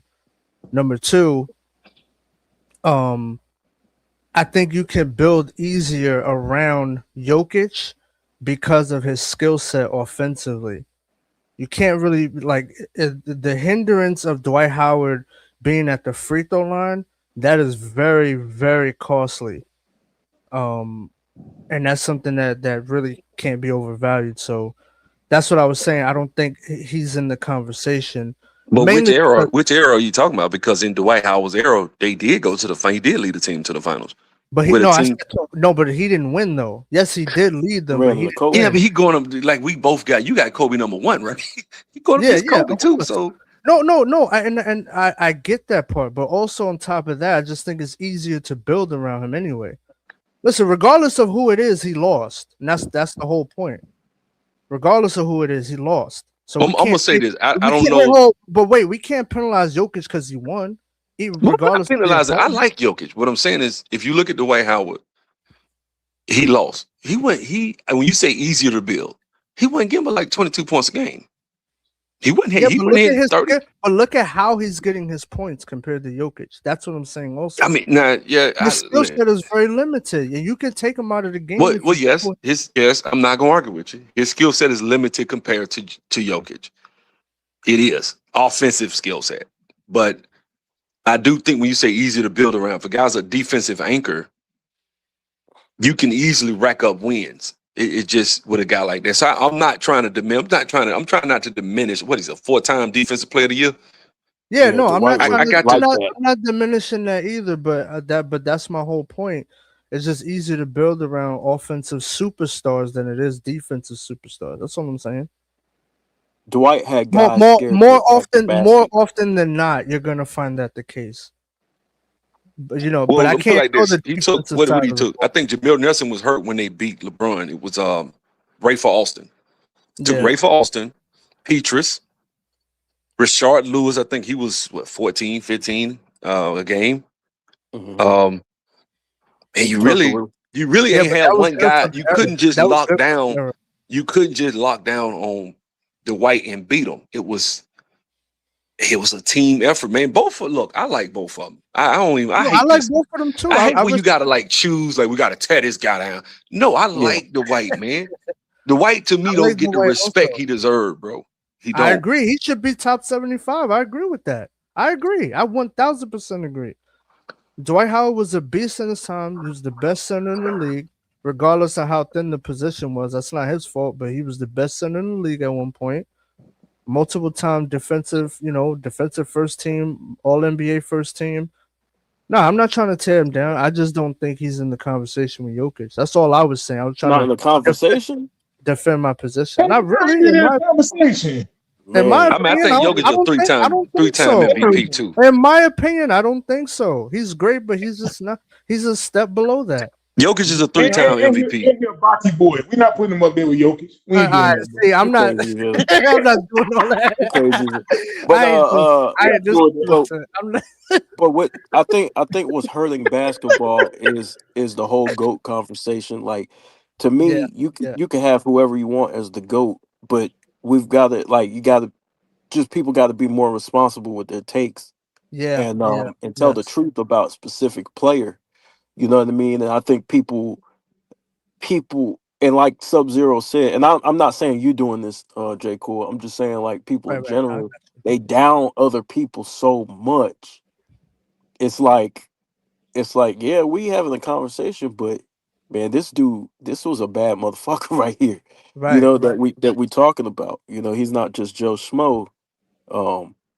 You know, I think Dwight should have made that top 75 easy. Easy. It's not even a Easy. question. Guys I think he should have made it over Anthony Davis. Yeah. Mm-hmm. Nah, I would say over Dame. Yeah, or Dame. Definitely Dame. Yeah. Definitely Dame. I'll put him over Clay. I'll put him Guys, over Clay. show me where Anthony Davis did what Dwight did. He didn't. They won that bubble title, and Yeah, but I think outside of that, but he's more skilled as a player than Dwight. what does that mean? That means that he could do more on the court. That leads to winning. Nah, it didn't lead to winning. That's the thing. It didn't lead to winning. Like, he didn't listen. The year that LeBron came to the Lakers, they played Golden State. He actually won a game. LeBron got swept. They played the Pelicans, and he won a game. I was like, bro, if you just stayed and kind of mentored what's his face from Duke, you still would have won. Yeah, but to be And fair, and your chips would mean more. yeah, than, but to be fair, also he was Andy Davis was in the era of super teams too. So it's kind of but hard he's use playing the that. super team better than the guy who had Kyrie and Kevin Love did. So why go join him? He could have stayed. That's all I'm saying is What the you super talking about, team with the super Pelicans? team With era the ended because it didn't work. Yeah. Yeah, not long term anyway. Short term it did. If Not long term. DeMarcus Cousins stayed healthy, they would have been a big threat. Oh in the yeah, that's West. but shit- that's out of Anthony Davis's control though. That's what I'm saying. No, I That's know. not his I'm not control. blaming them for it. No, I ain't gonna say that, because if Anthony Davis had demanded that they keep him, hey man, bring my boy back from Kentucky, Anthony Davis could have got him back. The dude was out the league. He could have got him over there. Yeah, I'm gonna be honest with you. He played for my coach, my junior college coach. That's who he played for.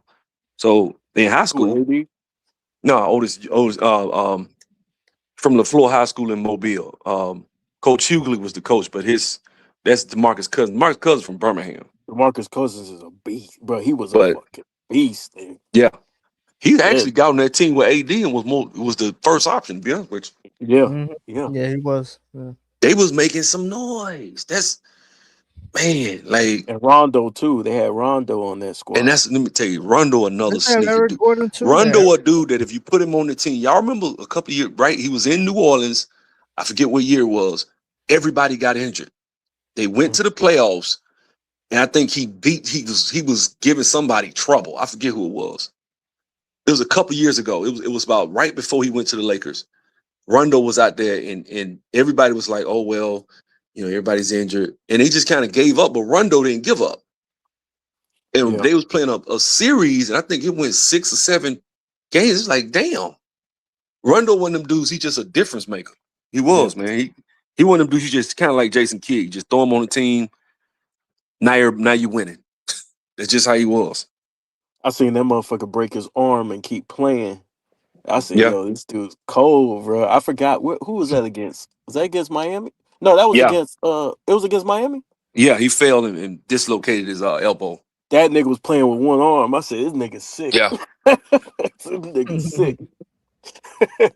That's hard to do, man, especially at that level. I think I'm gonna be honest with you. I think the single mom era has ruined basketball. I think that's really what single mom.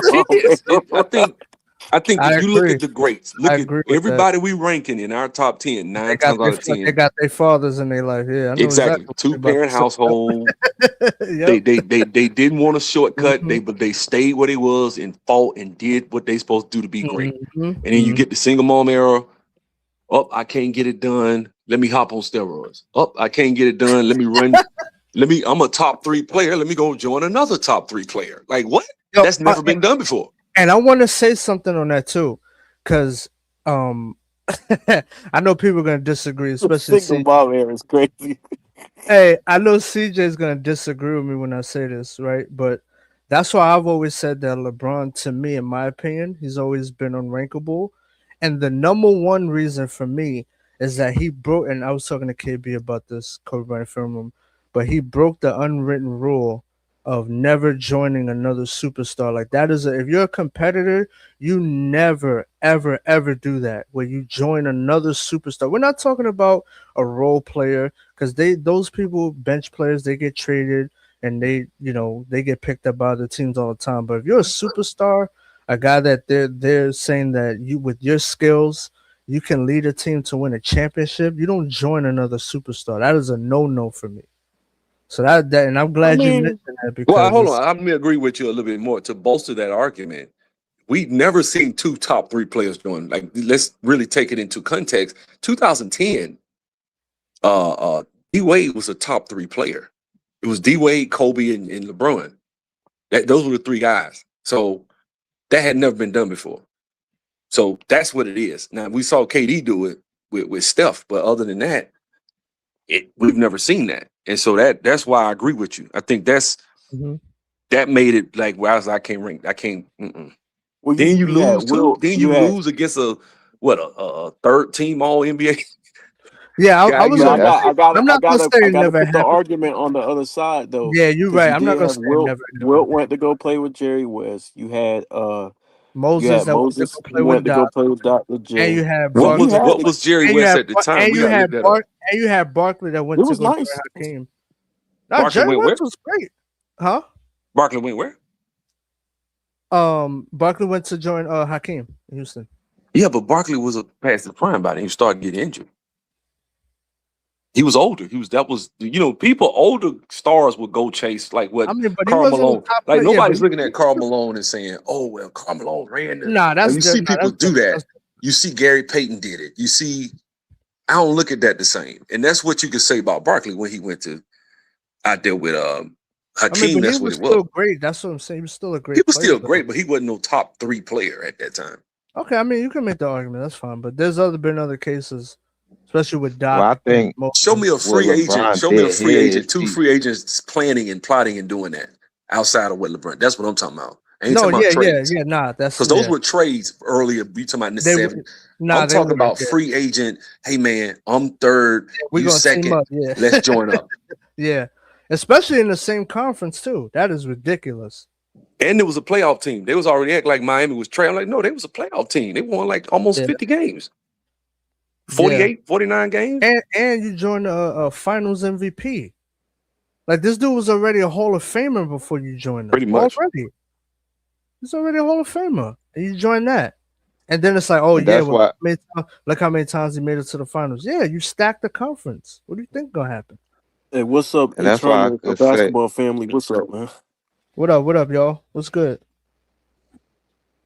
Yeah, I just think for me it's like I just want to focus on the film, the footage, and I think that like once you can't do that with a player, it's like I don't know how to judge you. If I can't, if I get cursed out for going over film, you know what I mean, pointing shit out, it's like, yo, I can't rank you.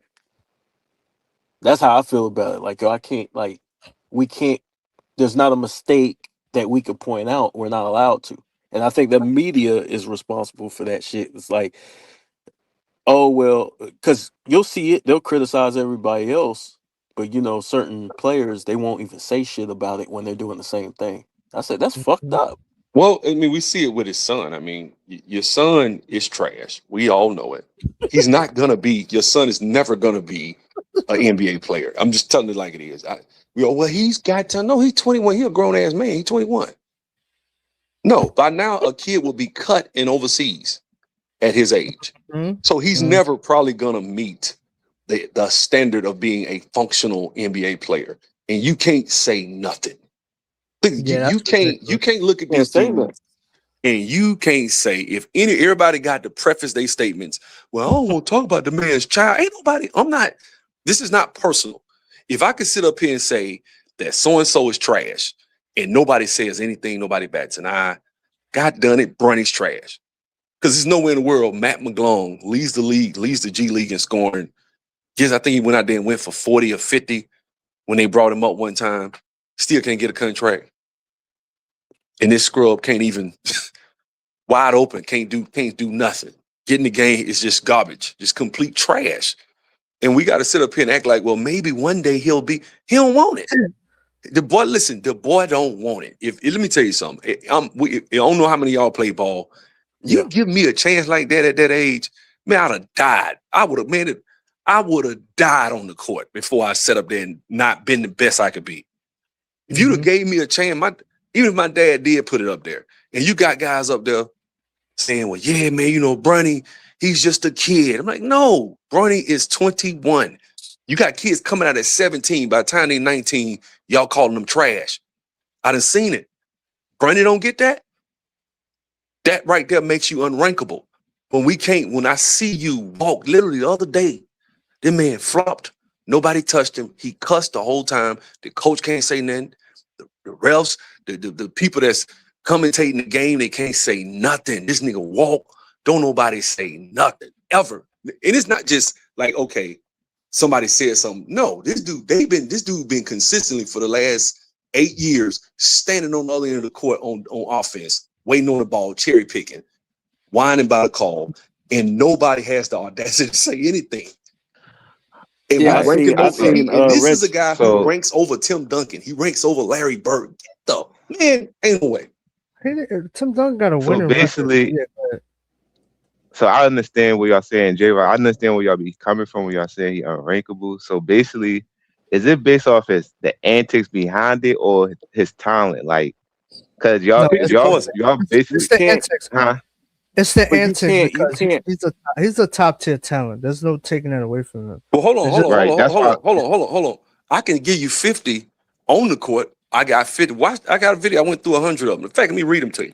I got them in my basement. Let me go over here and read them to you. I got them saved right here. There are 50. I could take 50 just on the court alone. That ain't got nothing to do with his off the court. Then I could take another 50 off the court. Pick your poison. It's whatever. And everything I read, damn, my computer turned. I gotta let it reboot up. But everything I'm gonna name off. Everything I'm gonna name off, he actually did. But see, it's what it is for me. It's like I started because Big Dog could tell you, man, I never was really harsh on him. I always gave him the benefit of the doubt. But then I started noticing whenever we would talk basketball and I'd stick strictly to basketball, I get cursed out. I get called out my name. And I said, what the fuck? I said, yo, we can't talk basketball. Like we can't, you know what I mean? And then it's to the point where you watch the game. Like I did a parody of Reggie Miller and like what it's like to watch a Laker game in 20 going into 2026. And it's like, yo, he's literally like throwing this man flowers the whole game. Yeah. I said, damn, bro. Like, cause I don't catch every Laker game like I used to back in the day. But when I do, I'm like, damn, man, it's hard to watch. It's just like you point out Luka, man, Luka's not getting back on D. He sucks. Yep. He should put in more effort. And then LeBron will do the same shit, and everybody act like they don't see it. They did it with Russell Westbrook with the turnovers. I'm like, okay, he's fucked up. Yeah. Russell Westbrook. Well, I think it's he easier playing for bad. us. My fault, KB. Go ahead, my fault. Well, I was gonna say, I'm gonna finish it up real quick, but it's like they would destroy him in the media for his turnovers. Meanwhile, the same night, LeBron had the same amount of turnovers. It's like, this is fucked up. And so you got a player where they ignore his flaws, and you think about all the other all-time players, right? Now I get it. They're not champions, but you got players where they point out every single flaw, except for him. That's what made me a little bit more take a step back and be like, yeah, we can't talk about the game. We can't, because if you talk about the game, people gonna give it a pass, like a pass. It's like, okay, well, go ahead. That depends on who you I got talking the to list whenever y'all ready. Just let me know. I think it's just the propaganda being pushed behind it. But I think from our perspective, we could look at it from a different lens because I understand it. Like I lived through them eras, so I know what they trying to switch and what was saying back then, and how things was even with the awards. Because at the time, it was like trying to compare LeBron and Kobe, because you understand the Kobe situation, so they try and push LeBron to be the face of the league. So even with the MVP situation, when Kobe got in 08, he should have got in 09 too, but it'd be hard to get Kobe both the MVP and him winning championships and not get LeBron nothing. So that's why I understand where it comes from, and I think we all do because we old enough to know. But I think But for the people CJ, that don't know, even if you they don't felt like understand. So that's the difference. Like we could look at it from a different perspective because we already know what's going on. So let me ask you something. So you think in 2020 he deserved the Finals MVP over a guy that led in every statistical category except assists in Anthony Davis? I don't value the bubble like that, but to your point, it's an argument because AD did play both sides of the floor on an elite level, so I can't argue against it. And on top of that, AD was second in DPOY, so he could have got the DPOY and made All-Team NBA first team. So I understand AD should get more credit, but I think LeBron played great too. Well, he stat padded in that final I game ain't to got try an to get. argument against that. Well, he stat padded that last game in the bubble to even try to put his name in the pot to get it, because it was almost laughable that they would give it to him, but they gave it to him anyway. So, but that's opinion. But I got my list. No, you got a good point though. AD got a good point too, because we was talking about it like last week. Because if you look at AD's season that year, he really had a better season than LeBron. Hey, hold up! Before you read the list, Sub-Zero, hold up real quick.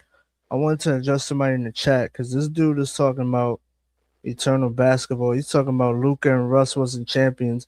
Yeah, but the problem is you're not understanding what Film Room is saying. It's not about whether those guys are messing up on the court or not, and if they're doing a bad job, fine. But what he's saying is they don't highlight LeBron's failures as well. Why is it that only Luka and Russ, they get their turnovers and everything highlighted while nobody else does? That's the problem. Nobody's sitting up here saying that those guys don't make mistakes, but LeBron makes mistakes, and he's supposed to be the superstar. He's supposed to be the GOAT and this, that, and the third, but you can't criticize him. That's bullshit. But forget the GOAT conversation for me. That's what we're saying, not gonna really touch on everything. Yeah, but he's saying Russell's playing like a bum. But it doesn't matter though. Yeah, cool. Forget the GOAT conversation, right? I'm just talking about in general. Like you can have Kobe number 11 or whatever. You can have LeBron as the GOAT over everybody. That's not my beef. My beef is like everybody, like the narratives, and this was one of the reasons I gave on BJ's panel. And I'm not pushing this for everybody else to believe. This is just me, right? I don't know who signed the clutch and who's not. So I don't even know if they given their legit basketball analysis. You get what I'm saying? Like when we see these lists, the people who do the lists, I don't know if they signed the clutch or not. Like Tom Haberstraw, he did a hit piece on Jordan and his Defensive Player of the Year award, and he signed the clutch. I don't know how much influence you have to literally look at these guys and be like, that shit he said was ridiculous. Is he signed the clutch? You don't know. Yeah, and let me land the plane because I know Sub wants to get his list off. Let me just land this real quick.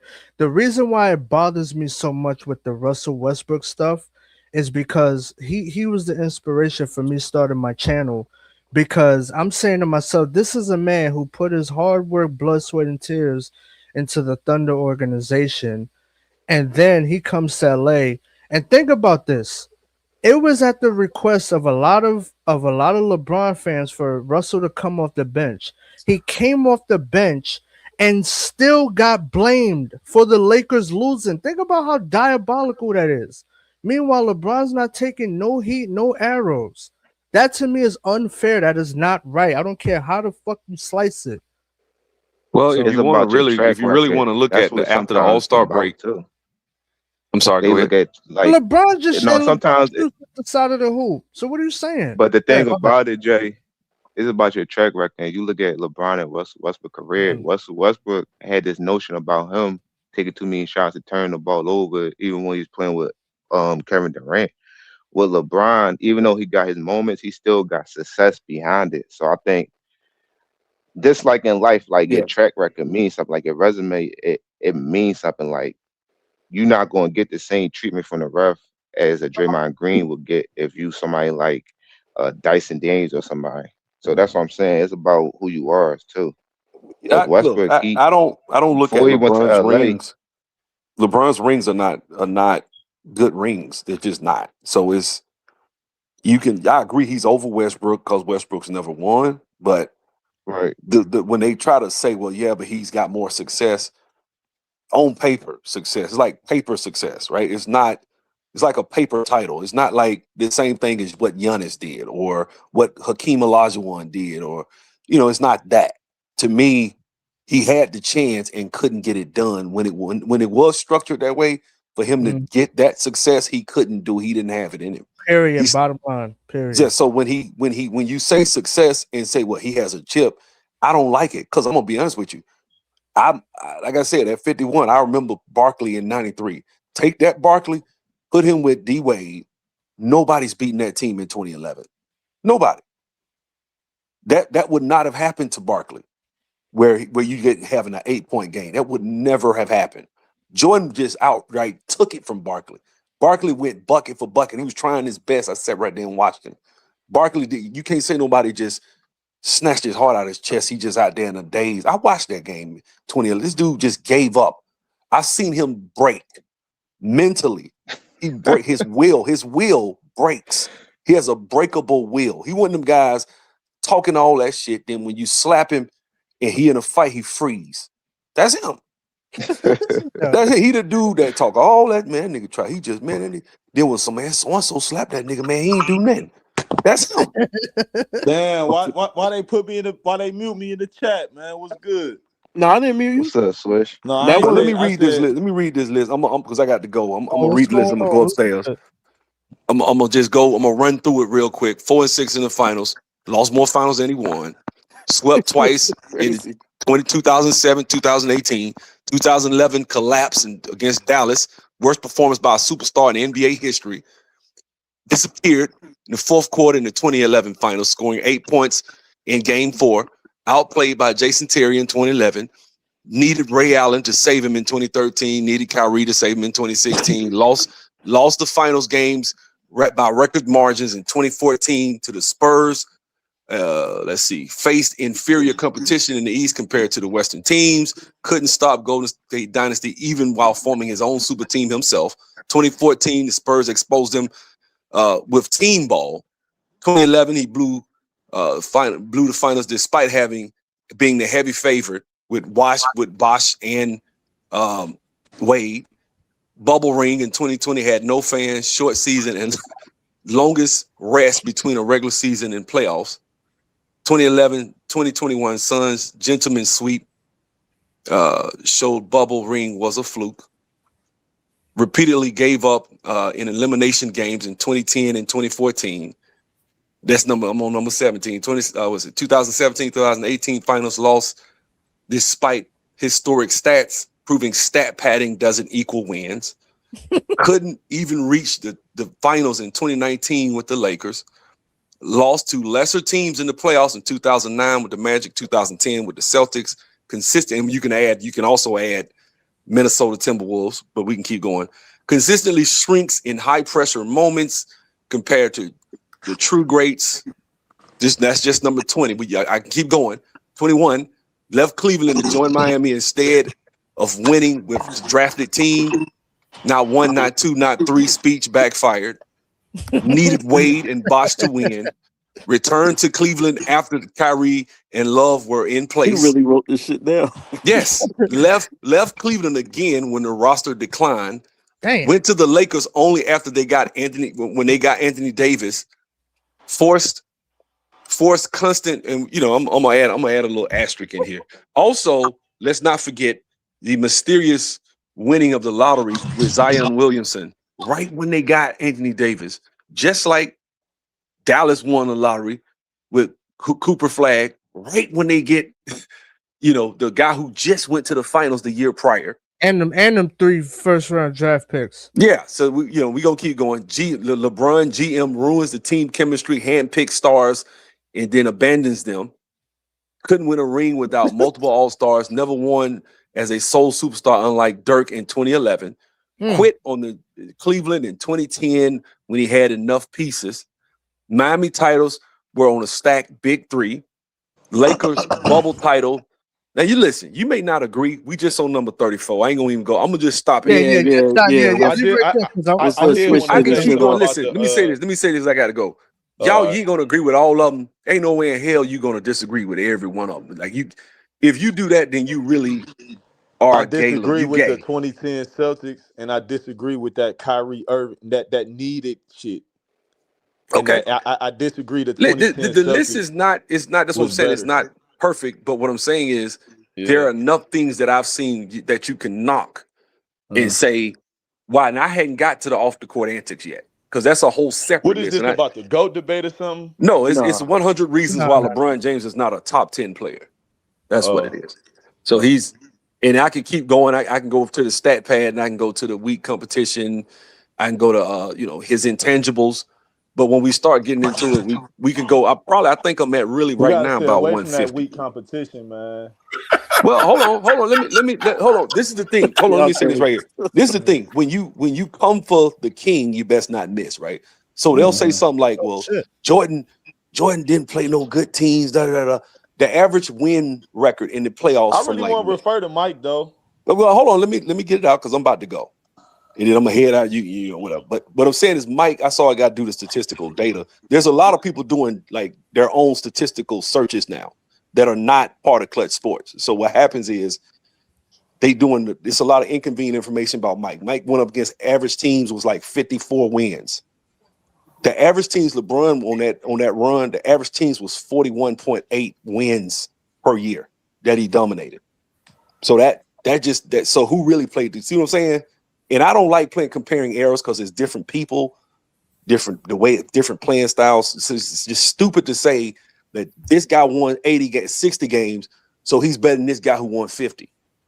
Well, what was going on at the time? Was you in the conference with the Bad Boys Pistons, getting your ass whooped? If you were, it's harder to do that and win 50 games than it is to be in an era where a cupcake era where you can't even blow on a guy. Anyway, man, I got to go, man. God bless y'all. Have a good one. I'll see y'all. All right, Swish, what you got, bro? I don't really like that competition shit. You got to keep that same motherfucking energy about Magic and the 80s Lakers because they weren't playing nobody if we going to say that. Yeah, but the difference is organic versus inorganic. That's the difference. So when we talk about LeBron with the stack conference, that's what we're talking about. Oh, he left? Did he? Oh yeah, he did leave. He might be coming back. He might. Yeah. Nah, they saying Michael Jordan played no competition. 1997 Eastern Conference alone debunks that. 1997. That's a lie, man. Come on. Okay, I'm gonna Yeah, add him back competition in. all throughout the playoffs. Oh yeah, and- I'm back. Yeah, I'm back. So Oh, yeah, so if you gonna look at it like that, shit, Magic and Kareem and them, man, they had some of the weakest playoff runs out of all the champions, man. No, and I'm not disagreeing with They that. weren't That's playing fine. no 50-win team. We want to go off the team Yeah, record and shit like but that. that's not Them their niggas was fault. playing Wait, scrubs. hold up, but So that's that's not why I their don't really fault. like looking at that competition shit like that, because the nigga play who on the motherfucking schedule. No. The reason why that doesn't apply with LeBron is because he chose to go to the East with another top East Nah, he player. was in the East before that and on the Cavs. He ain't just say when, he was referring to 41-win team. Yeah, but he's in the East joining D Wade. Man, who's Magic also in Johnson the and them East. was playing 35-win teams, But that 39-win is, I teams, under bruh. yes, they did. I know they played teams And with Magic losing Johnson was records. playing with the GOAT. That's a fact. James Worthy's and all McAdoo's and Cooper's. So that's why I don't really going to that competition. Like, bro, like, nah, bro. Yeah, but Beat the nigga. that's a real. Yeah, but that's a Beat the real. nigga, bro. What you mean beat him? So Beat Paul, him. hold up, Paul George is now on the super team. So you Beat want the him nigga, to? bro. Man, come on with that Magic, bullshit. did Magic I don't Johnson, agree with did that. Magic have a super team? That's not the point. The Answer point the is, question, bro. it depends how you look at it. No, the Lakers was No, not I a asked super team. I asked you. Do you think he had a super I team? don't think they were a super Okay, team. No, all right. I don't think the '80s Lakers were a super team. No, they did have a great team, an all-time great team. I don't think it was a super team, and the definition is different because of how that team came together. That's what I'm trying to tell you. How the Miami Heat came together is different. How the Lakers came. Bro, that nigga only didn't play on the Heat. He played 9 years before the Heat, right? 8 years, right? And he didn't win nothing. So what's your point? I'm talking about dude didn't only refer to that, bro. He referred to a lot of shit. What are you talking about? You talking about Sub-Zero and his list? That's what I'm referring to, bro. Oh, You just okay. like Magic Johnson played in the Showtime Lakers. If we want to go off team record, they played weak competition. How can you go against that? I That's agree a with fact. that. No, that is a fact because they played several times in the first round. Teams with losing records. The West was weak. Yeah. The only time in NBA history we seen a weak West was with the 80s Lakers in them in the Showtime. That's the only time the West was weak in the league. Yeah, but that doesn't absolve LeBron and what he did. That's all I'm saying. And then what was that you were saying about Russ? Because you were saying he's a Russ, bum. man, look, if a nigga shooting off the top of the hoop, that don't got nothing to do with nobody but his ass, bro. So does okay? His All right. So performance was trash, bro, and they needed that nigga, bro. That nigga, his game flow was trash, his pace was trash, and he was shooting off the top of the hoop, bro. okay. So what about LeBron? Does he get fault for that too? For what? For what? What for you Russ mean playing for ass? what?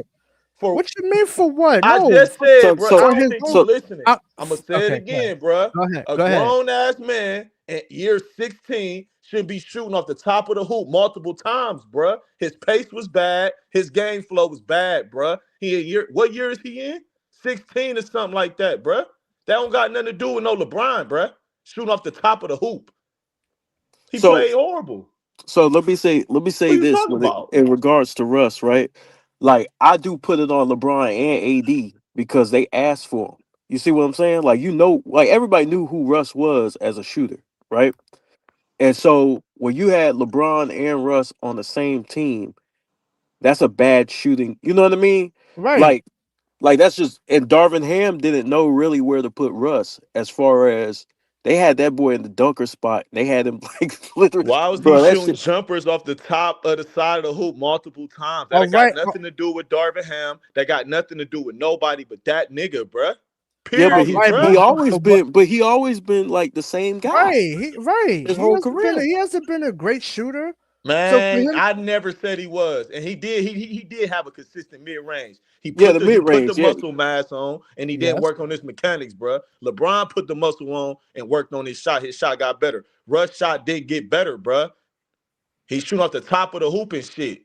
But the point is, They don't got nothing to do with nobody. Yeah, knew but that. the point is, the point is, wait, hold. The point is, Russell Westbrook got a lot of blame, and what I'm saying is, LeBron is to blame for some of that shit too. Did Russ play and AD and That's AD? the problem. The media targeted asked for us. him. Hold. The media LeBron fans targeted Russell, and the Russell came off. I don't care about no fans, man. I'm talking about like, look at the game. Man, He was I playing am talking ass. about the damn game. Yes, he wasn't playing as great as he was. No, but he was playing ass. Fuck great. okay, He was but and playing LeBron ass. and LeBron was playing ass too. So what are you saying? No, he wasn't. No, Okay, LeBron alright, and bro. AD was not playing Man, ass. No, they man, wasn't. get the fuck out of here. LeBron with and that AD was LeBron not shit, playing man. ass.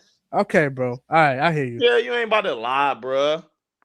I don't need to lie about no fucking They LeBron. wasn't playing They ass. always Russ the whole was team was playing underperforming, ass. I bruh. don't need to lie about The whole LeBron. team That's was that playing bull. That's ass. that LeBron bullshit where he That can't nigga get was no fucking. underperforming, I bruh. know, and LeBron never The gets whole any team blame for underperformed. anything. LeBron's the fucking So I perfect would. fucking player. So I Nah, was. nah. That nigga I ain't no was. fucking perfect nigga. He far from that shit. But I would say this, right? So if we're talking about like fuck ups, right? Like people fucking up. Every basketball player fucks up, right? We can all They agree was on that. telling Russ not to shoot. The crowd. No. Yeah. Come He on, man. let the That's crowd get in his LeBron head. fault. So that's No, LeBron fault and that AD ain't fault. no LeBron. I'm No, not Russ saying played bad on I'm not his saying own. entirely.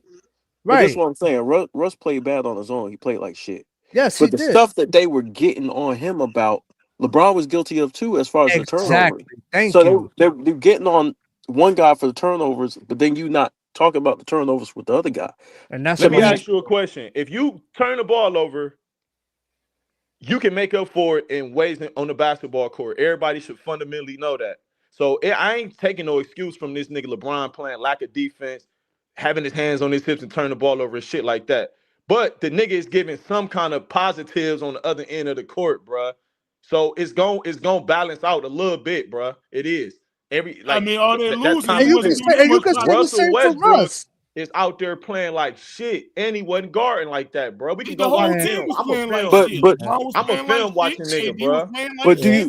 but Swish, do you agree? Do you agree that once Russ came off the bench, his level of play he played better when he came off the bench?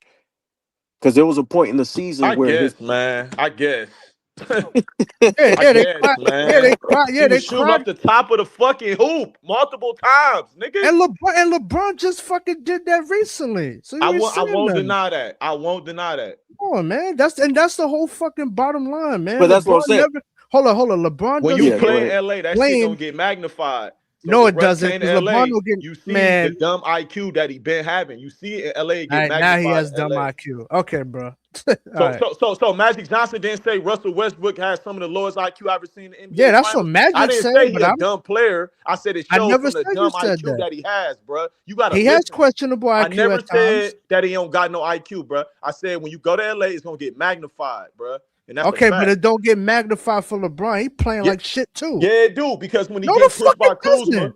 when he get, would you let me talk, bro, and Go stop ahead. being emotional? When he get pushed by Kuzma out there to play D, that shit got magnified, bro. The hands on the hips, nigga. Everything in LA get magnified. Fuck the weak ass media, bro. Look at it yourself, nigga. You got your own eyes, nigga. What you talking about? It do get magnified. He don't run back on defense. What you talking about? Y'all was just talking about it. What are you talking about, LeBron? As far as he don't, oh, he gone. Yeah, This my I hold don't know on, what the fuck you talking about, man. Like Hey, I hold on. said, Russell man. Westbrook, he played Yeah, like go ahead. trash. But to act like LeBron and AD and the rest of them niggas ain't play like trash, that's absurd. Yeah, All that's that that talent on that bullshit. team, you Nigga only won coming like down 32 just games. man, we can watch the film. I'm a film watching nigga. No, man. I seen it I'm watching too. I Hey, watched him lose like 49 hey, I games. seen it too. I seen Russ fuck I up. seen the film too. But see, Nigga I'm not game flow denying. just trash. I'm not Yeah, okay, denying Russ that's fucked great. up. I'm Me saying, neither. I'm saying, like the stuff. It was to me they lost as a team, right? Like AD was at fault sometimes because he couldn't stay on the floor, right? He was making mistakes. He wasn't taking advantage of his matchups, and on certain occasions he wouldn't take over the game. And then as far as LeBron, he had the turnovers, he had missed shots and things like that. I just think it was an overall team that fucked up, but they threw it on one guy. Exactly. And it's like damn, man, that's fucked up. Like to the point where it almost ruined his career. And They made him granted, come off the bench. yeah, but then when All he right, so let went, me ask you a question. So what about when the nigga wasn't in the huddles and shit? who Russ? Yeah. But LeBron wasn't in the huddle. No, You answer had the question, bruh. And we no. I get mean, to he that. guilty. They all Because we guilty can of that. pull up the film when they was in the huddle and this nigga was isolated in the corner all by himself off in the cut, bruh. Can you answer the question, bruh? Yeah, they all guilty of that. No. Yeah. No. See, yeah, you being disingenuous now. You being No, All right, yeah, disingenuous. all right. I'm not denying Being it. I'm not disingenuous, denying bruh. it. Russ is But wrong I'm for not that. Yeah. denying it. No, I'm he not wants to denying keep that. it all on Russ. Yeah, Russ is You wrong for being that. disingenuous. I ain't keeping it all on shit. What I'm saying Yeah, but is, I'm not nigga, denying if a that nigga though. not performing, that's on him, nigga. That's life, period, nigga. Ain't no nigga, none of that. So you Now, I don't ain't talking blame about the aspect of him AD. losing. I'm talking about this nigga not performing, nigga. That's all I'm talking about. Yeah, but you not. But this is what I'm saying. AD fucked up right during that time period, right?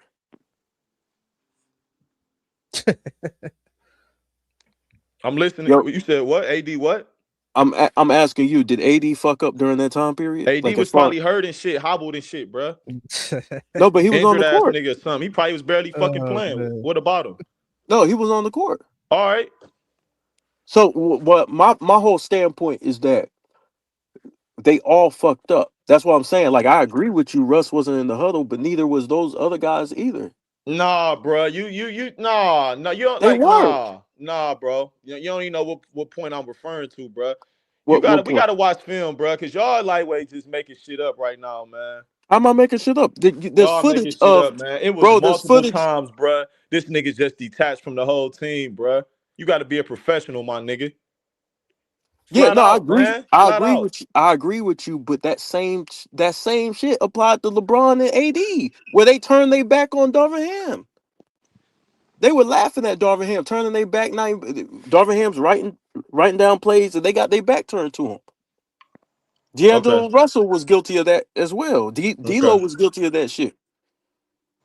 Oh, so you saying just because LeBron and AD do it, it's cool for Russ to do it? That's what you saying? No, I said they all did it. I'm I didn't asking say you a that. question. That's what you got I didn't say that. I didn't say that. I said they all did got out of it. that. I'm gonna just play the game like how y'all playing, man. Cause Ain't y'all nobody playing no fucking Bro, game. I said, hold on. Time out. I said they all did it. No, I asked you, did Russ did it? And you Yeah, I did. I said yeah. LeBron did. No, I didn't. I said they all did. You did. When I first asked you, why the fuck Russ wasn't in the huddle? Everybody in the huddle, this nigga off in the other corner all by himself. But I said they all did it. No. At first you was like, LeBron did too. That's what you first No, I did. said. Rewind like, it. No. Rewind it. We can. And you want to bet? I don't bet, but rewind it. I'll admit if I'm wrong. It don't matter that much though. But because I was like, damn, Astrid, did Russ do it first, and then we get to LeBron. No, Russ definitely did it. I'm not Multiple denying times, that. nigga. Russ did it, but I'm saying like they And all. he ain't no champion, nigga. He ain't no champ, nigga. So what does that mean? Oh, wow. We got loser mentality. That's a loser mentality right there. That nigga said, what does that mean? Oh, my God. That don't mean shit. He should take the arrows because he ain't a champion. He need to fall in line. He ain't won shit. And LeBron got fake ass fucking rings. Hey. AD a champion. Fact. A champion of what? That bullshit bubble. Russ a champion in her. I don't count the bubble, nigga. Crazy, CJ. I don't care if you count it. The NBA All right, and the that's world great. count I don't give a fuck if you. I don't give a Yeah, fuck. he need to look. Listen, Russ. I'm not a Russ fan. Look, I'm gonna tell you the truth. I'm not a Russ. I never really been a Westbrook guy. Big Dog could tell you that, right? But I felt like I said, damn, they like really going after this nigga career. Yeah, I'm talking about the Heat. Oh, go ahead, CJ. Well, this the problem we fall on. Like I was saying, in 2000, like even when OKC, they was saying this about Russ, and you gotta look at what happened when he left LA. He got benched in Denver, and he got benched in LA. So I think the way how Russ's game is, it don't translate to winning. Like he always been like this, and he never had changed his game. Why ain't and I think exactly? As year 17, he should be smart enough to like make the game easier for himself. CJ, that's a fair point. But But his jumper ain't get better. if everybody's fucking up, he should not be the only one. Yeah, for sure.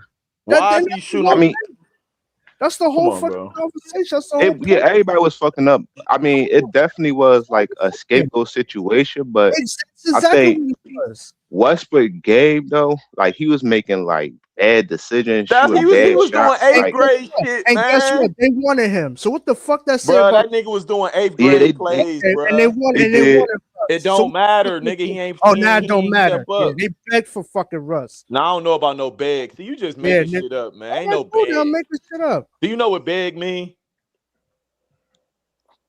Because they wanted DeRozan, and the deal ain't go through. So that was the next option, bro. Stop Yeah, it, cool. bro. Because he's But always trying to get a fucking. but my thing Stop is it, bro. Yeah, it's he's like always trying to get super what team. I don't care. I don't care. when Russ went to the Clippers, he started balling.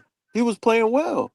Like it was like you know what I'm Remember saying? he's Like getting benched in the fourth and stuff. It's like they started him again because I think an injury had happened. I gotta like revisit it. But so how did he Russell perform Westbrook, Man, in that? why he ain't got a jumper? Y'all that still ain't. Why No, he ain't can't shoot I in year criticize 18? him. I criticize him for that And not shit. having it. no, Yeah. he Because I always always gonna ask All that right, be so why question. you Westbrook can't shoot and and you've been all he playing got on the 18 court. years?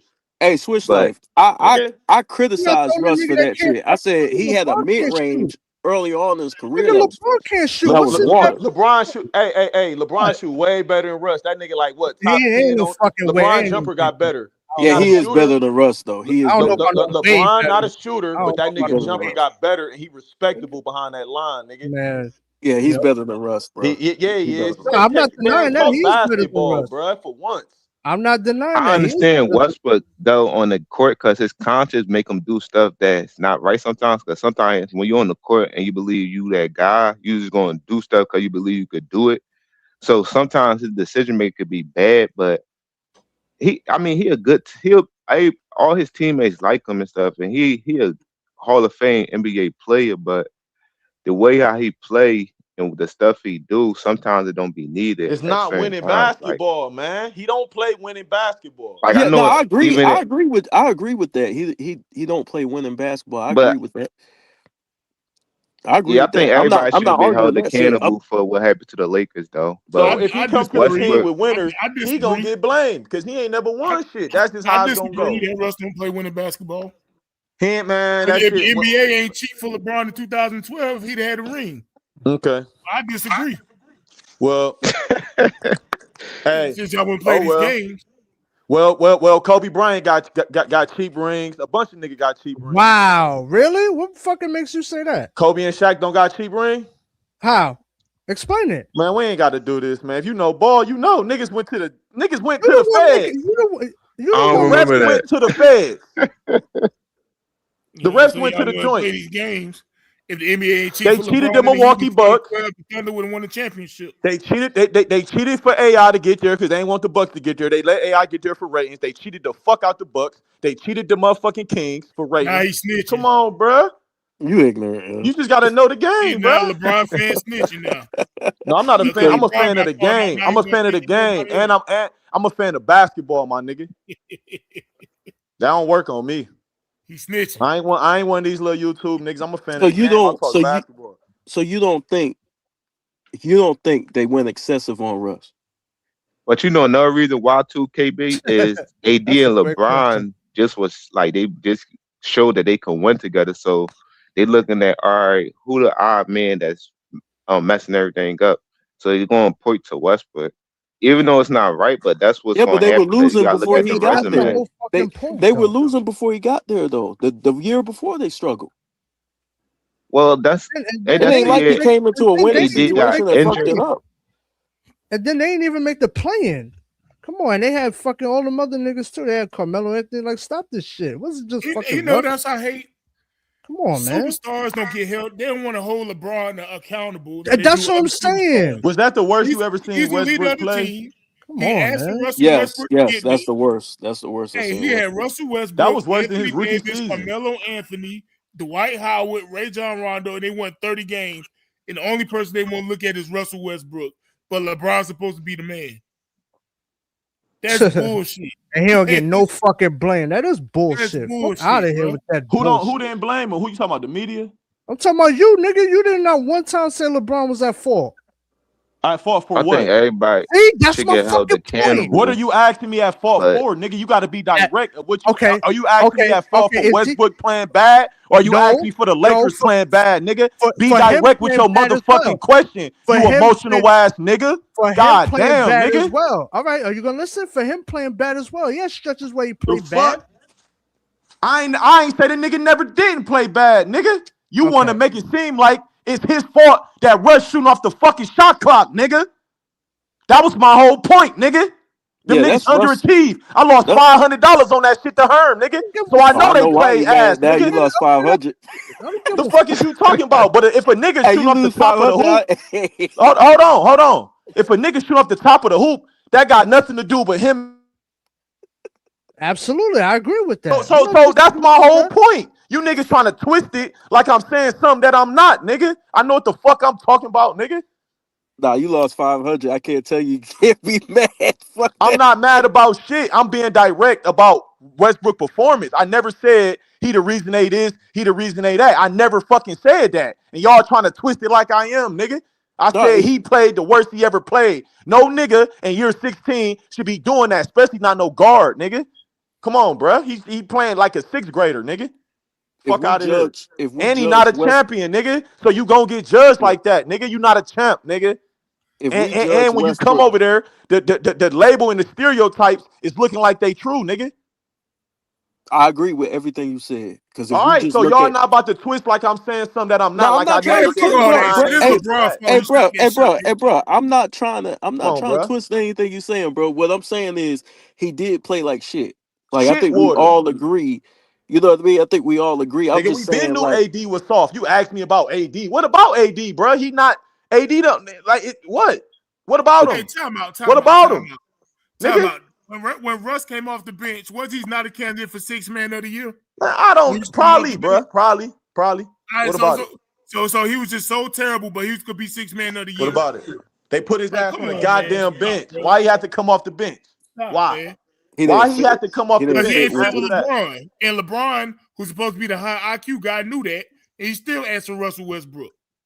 I thought Russell Westbrook was a high IQ guy too. And in year 16, he a I point ain't never guard. say all that now.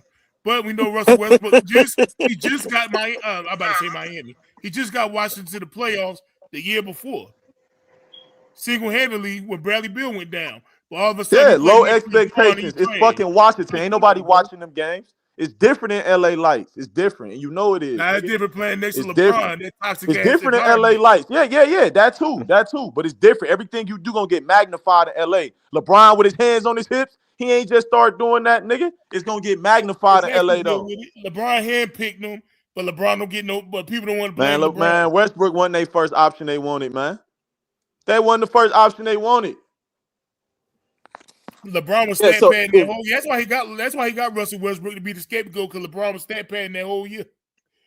That's why as soon as he broke the record, they traded Westbrook. As soon as he broke the record. Man, that nigga was, if I see a point guard shooting off the top of the shot clock, I'm benching his ass too. Yeah, so if we just judge Russ based on his individual play, I agree with everything you said. But what I'm looking at is the team success. And so the team success, that's on everybody.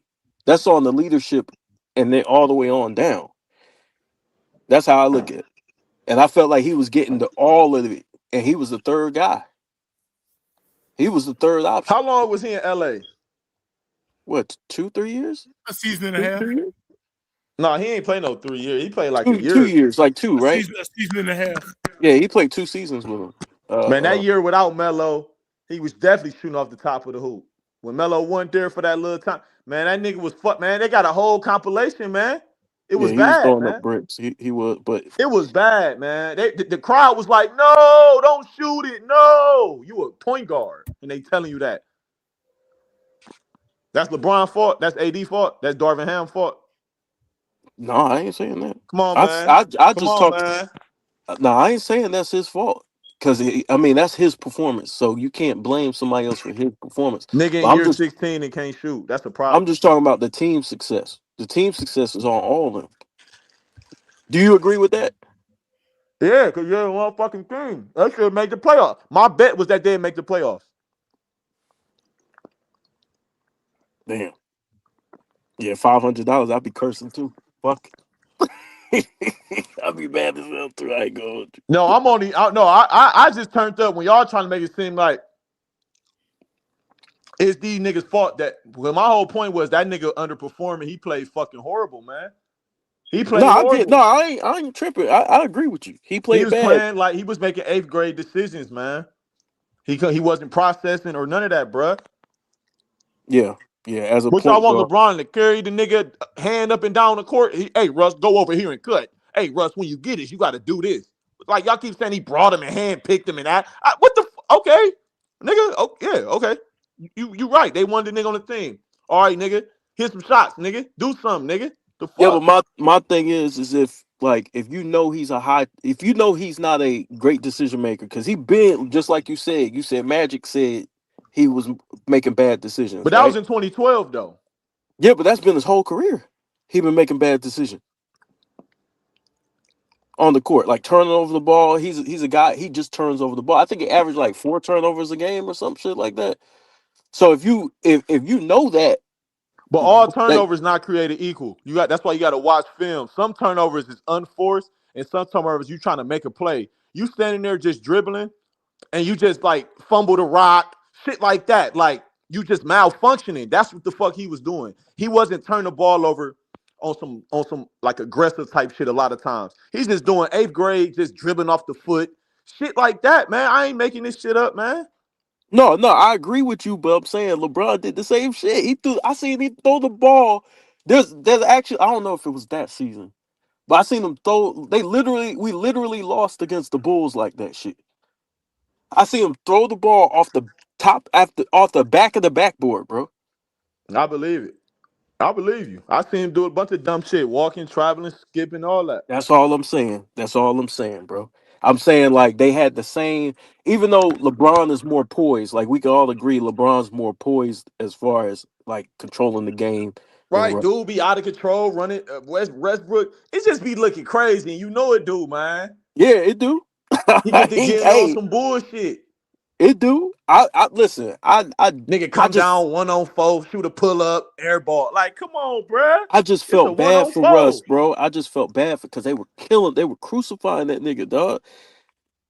They were crucifying him. Well, that's more so off of him. What happened? You gotta think he was about putting them dresses on. He need to get his ass crucified. Oh man. You gotta think about. All right, this is to the Lakers situation. Paint his toenails and dresses. And that's why I think about Dwight Howard should have been top 75. I said he a Bati boy. He's a Bati man. He's a buller man. Oh, y'all crazy as hell. He's a Bati. That's why he ain't making it. Man, I see Dwight Howard did Isaiah Cannon on the bench. Hell, now he ain't top 75. No, yeah, they try to blackball Russ. The NBA did. I'm not gonna lie about that. They tried to destroy that man's legacy, though. That nigga was shoot off the top of the hoop. He wasn't making it no better for the NBA though. Yeah, I agree. Like, he gave damn, nigga. And that's the one thing I criticize Russ. I'm like, damn, where that mid range go, man? That shit was water. That pull up, that shit was water. Because he put the muscle on, but he wasn't shooting. You lift, you got to go shoot. Yeah. It's simple, man. It's that simple training. Whoever his trainer was, they wasn't. No, y'all wasn't doing right. Y'all not getting him in the gym after he would lift. So you not getting the rhythm of the shot. He's shooting brick. Strong as fuck. LeBron actually lightweight changed his form a little bit. He worked on his shot. He put the muscle on, but his shot got better. It got more consistent. He got more confident too. LeBron got way more confident as a shooter. Yeah. I seen he used to second guess himself. Now he just go into his motion. I think Russell Westbrook's a good teammate. He like one of them friends, like you could bring places, but you know he could probably act stupid sometimes. And I think it's a big problem if because he a good teammate, but you know he's gonna make like a radical decision. This my nigga. He can only hoop with certain niggas. Yeah, it's an eye opener if a dude like arguably the two best players of the generation don't want to play with you, LeBron James and Durant. So that's what I'm saying. He a good like person and teammate, but his game not conducive to winning. So I think that's what they look at. Like, damn, I can't deal with this. But I don't think he a bad teammate at all. I just think the way how his game. He played with the best players of the era. Yeah, he played with the two best players of his generation, man. He ain't never played with Steph. Yeah, I respect his effort and all that his Man, mindset. It fuck just that. Steph. Steph can't guard a fly. He ain't better than no Steph KD. that I don't nigga, give a nigga. damn What you how many mean, nigga? chips he It's got. Steph era, nigga. If you can't guard if you can't guard both, if you Steph can't era, play nigga. both sides, Steph era. man, The Steph king, need me, nigga. you, CJ, and Kobe Bryant film room to set picks for Oh him and shit, man. nigga. Steph, Get out of that here. nigga, nigga. The No, king. He Steph, need Steph Steph could get is that 50 on nigga. that 101. Steph is that She nigga, could but get dark for niggas. he need all of us to set a pick, to guard, and all of that for him to win. Get out of here, man. Well, LeBron need the Avengers to join up with Man, him. to LeBron win. can guard All his stars man and though. shit. Curry can't guard. LeBron can't win without super team. You can't you can't be better than a nigga who can guard. That's just my opinion, bro. You can't be better without using super teams, nigga. I respect that. That's how you see it. The Steph era. But Steph did go get KD though, right? Super team. Nah, I still want no super team. That was so that wasn't no super. Yeah. All right. Win 73-9 and go get the best nigga in the world, or it's the second best, arguably the best. But that ain't no super team. All right. Nah, ain't no super team. Come on, man. Was KD the best nigga in the world, basically? No. All right. He won top 3. He won top 3. You gonna lie? You top 3. All right, then, bro. Okay, what that mean? That nigga the best scorer since Kobe, nigga. Come on, bro. I disagree, but you can have it. Oh my! So who? Nah, we can't take that away from KD. We can't take that away from KD, bro. Who the best scorer since Kobe, bro? You can have it, man. He arguably just as good as Kobe, if not better. So who the best scorer since Kobe? He ain't better than Kobe, bro. Stop. I didn't say he was. I said who the best scorer since Kobe then, if it ain't him. Steph, nigga. Man, get the fuck out of here. No post game. No automatic get to it. Yes, you do need that to be a better scorer than them. Bro. Nah. He don't need all that. He need 100 screens and shit. Get out of here. He don't need all that. He needs screens. You know what I'm saying? Kevin Durant ain't got as many 50-point games as Curry, my nigga. What If you can't walk a nigga down for game like that, then you ain't no better scorer than no KD. Hell no. KD ain't got as many 50-point games as Curry. I don't give a damn. Because he taller and it look better? He better. And what? He a better scorer, bro. That's what we talking about, scoring. Than Curry, bro. I ain't gonna really argue with you. I mean, debate with you on the better player, but on the better scorer, shit. Nah, he that's ain't all day, KD. He ain't better scorer than Curry, bro. Yes, he is, bro. You know he is. Nah. Who I closed the watched game? average 30 points a game and sit on the bench 19 fourth quarters or whatever it was. Hey, let me ask you a question though, bro. He led the league in scoring. KD When they never won the did that shit. championships, when they won the championships, who was the leading scorer? Why? Because everybody was guarding Steph. No, answer the question, said, bro. Answer the question first, bro. I ain't gonna lie, y'all. I know he's disqualified, but the best scorer since Kobe is no doubt James Harden. But James if Harden, y'all the want free to throw, disqualify man. because it Get don't outta here. translate in the playoffs, Bro, then I you take understand 18 dribbles, you cannot be a better scorer than a nigga who can take 1 or 2 and score. But that nigga was number 1 in isolation points, He and was he carrying like, the ball. That's but you know they ain't gonna call it though. As a scorer, they just taking advantage of the rules, bro. That's not pure basketball, bro. Well, technically, you're right, bro. I'm talking about like volume. Like James Harden, he was putting the ball in the basket, bro. He was doing Kobe shit in 06. And he lead this generation in scoring. He got the most 50-point games, 60-point games. You telling me James Harden a better scorer than Durant? No.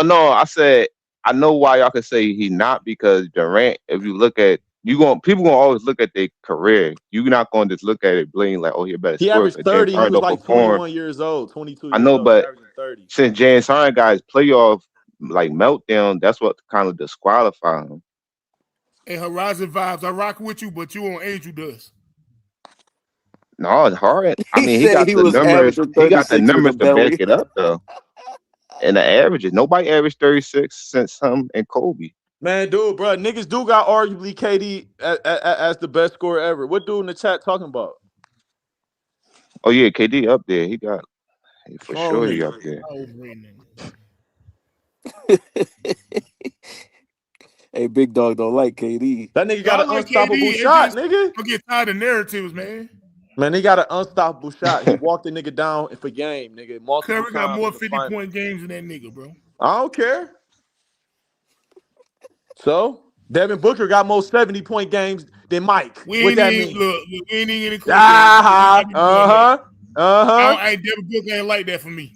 Donovan Mitchell got most 70-point games than He Mike. ain't What like that that for me mean? either. He ain't KD. I'm talking or about Steph scoring. Curry. We talking about scoring. We talking about scoring. Look, hey, they scored 70 points. Nobody cared, bro. Shea don't get 50s and 60s and shit, but he like that.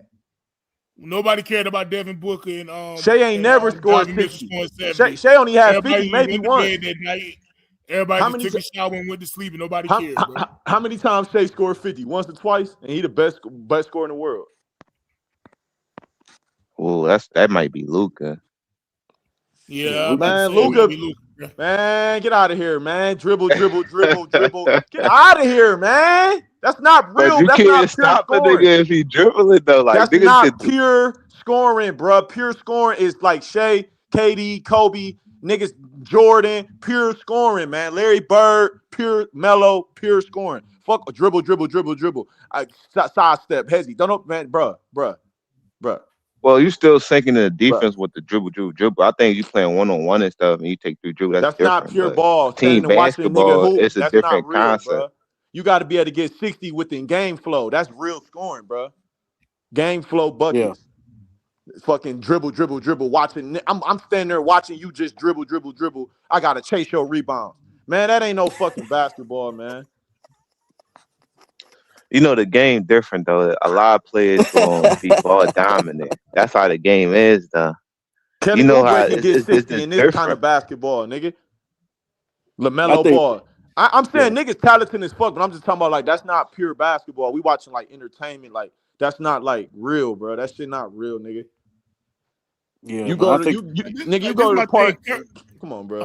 When I think about he been scores, I doing that think shit. about Like no they teach picks. that shit overseas. Like he Ben was doing that shit. So him scoring like that, he could score in different ways. Like he dribbling because that's what his team calls for. But if he had like scored than James Harden. Well, I'm just saying, man, Curry got more 30-point games, 40-point games, because he got Draymond State screens for him. But KD's a better scorer than Curry. Man, he got Draymond State screens for him all day. He in a good system. That's Draymond State screens for him. Curry a system player. I'll say that Curry got doubled and triple team while KD was on the court. But That's you a gonna lie. tell me KD You is lying? better How you gonna triple team a nigga with Clay out there? You lying? You just lying. I'm not lying. That's a fact. Lying. You can't triple team them niggas. All right, big dog. Is Curry a better scorer than AI? Nah, AI was a beast, and he played in a more defensive era. So I can't say it. I can't say that. Nah. But he better scorer than KD. Bro, but let me say this. Let me say this though, real quick. Like about scoring. Like in my opinion, like I see a great scorer. Like when you don't really need that many picks, and you could just get your shit off the muscle, like 1 dribble and 2 dribbles. Yeah, like KD and Kobe. But sometimes those picks create offense for other players Paul Pierce, too. nigga. Yeah, but that's not really scoring like that, bro. It's scoring, but it's not like. Oh, go ahead. I got Paul Pierce. Paul Pierce the better pure scorer than James Harden, nigga. Paul Pierce could score, bro. He could get this shit off. Yeah. Well, a lot of people go knock Harden because it's player. That's what I'm saying. It's easy to say that because James Harden. Because he not a pure. Because that shit don't. Yeah, bro. Dribble. Ain't nobody. No, they boxing that shit in, bro. That's what I'm saying. He not no better scorer than niggas who could just get to a spot and just get a bucket, bro. Hell no. That's why in the playoffs, James Harden always fold. Exactly. That's he don't got no back to the basket game. He don't play mid post. All he do is top of the key, give me a pick, or I'm ice on the nigga. Well, in that context, yeah, I was just talking about like him putting the ball in the basket. Predictable offense. About like that. When James Harden was that's like 30, basically y'all. I think Luka better because Luka can get that shit off better. And Kyrie over him then too, right? Huh? Kyrie like Carmelo Kyrie over Kyrie. Hell yeah. Yeah, Kyrie for sure. Carmelo definitely a better scorer than them bums.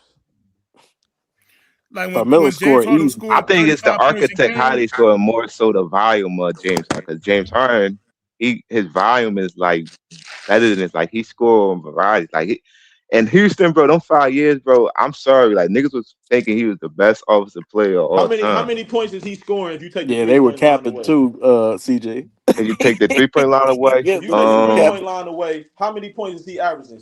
13. No, not. If you take the free No, throws he and the still threes could away, get this to the nigga averaged line though. 9. Hey, James listen. Harden No, was getting busy though. I If ain't gonna. you take the free throws and the threes away, he averaged 8.8 or some shit. well, I can't do that because, like we said, they got go with what they got to manipulate what they got in front of them. It's No, just they what they can don't, man. use. He Like if it's just in chose front of them, to. they gotta use it. Bro, he chose to manipulate. I mean, yeah, you're right. You're right. I agree with you in the sense though, but that nigga doing double step backs and come on, bro. That shit travel, bro. Oh yeah, I agree on that. That shit travel 'Cause all day. Travel. Yeah. I just think of like when I think of pure score, I just think of that somebody who could get their shit. They don't need 100 picks and shit. They just get to the money. They just get to it. He think Curry a better scorer than Durant, man. A 7-foot shooting guard, bro. You gotta chill, bro. You gotta chill, man. You gotta stop this shit. Yeah, KD score easy. Come on, man. KD scored too easy. But I will say this though, Steph is dangerous as fuck though. Like you got to be aware of that nigga at all times where he at on the court. That motherfucker. Steph not even a better scorer than Kyrie, so how he a better scorer than Durant?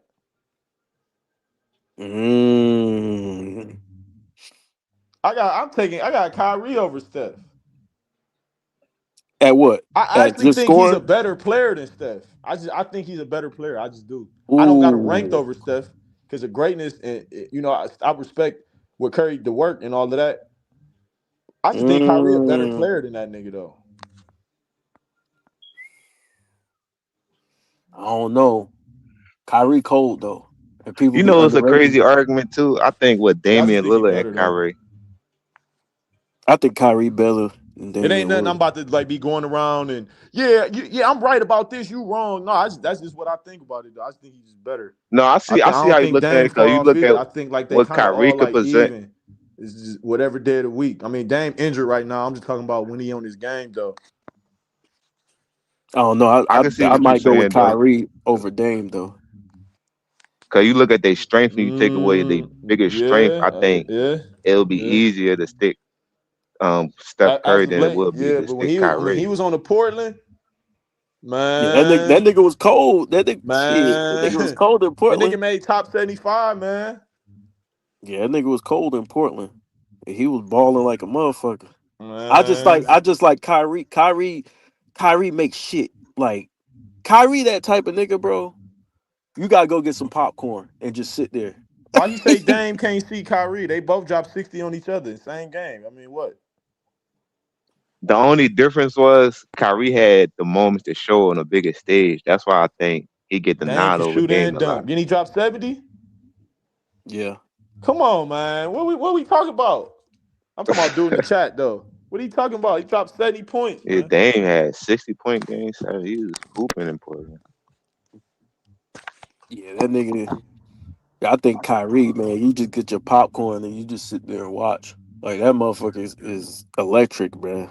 They don't represent his career right before LeBron came back to the city, man, because yeah, we weren't winning games, but like I said, everybody knew who Kyrie was. If you didn't know, you weren't watching basketball. Shit, I was watching that nigga like a hawk. That nigga layup package, dog. And I like Kyrie when he on his own. So people be like, this nigga, LeBron, what'd he do before LeBron made the All-Star, won the 3-point That's a crazy contest, statement. was averaging 21 points and all. That's what he was doing. I mean, if you asked what the team was doing, shit, we weren't doing shit. We had Alonzo G, nigga, the Waiters, Tristan Thompson. What much he supposed to do?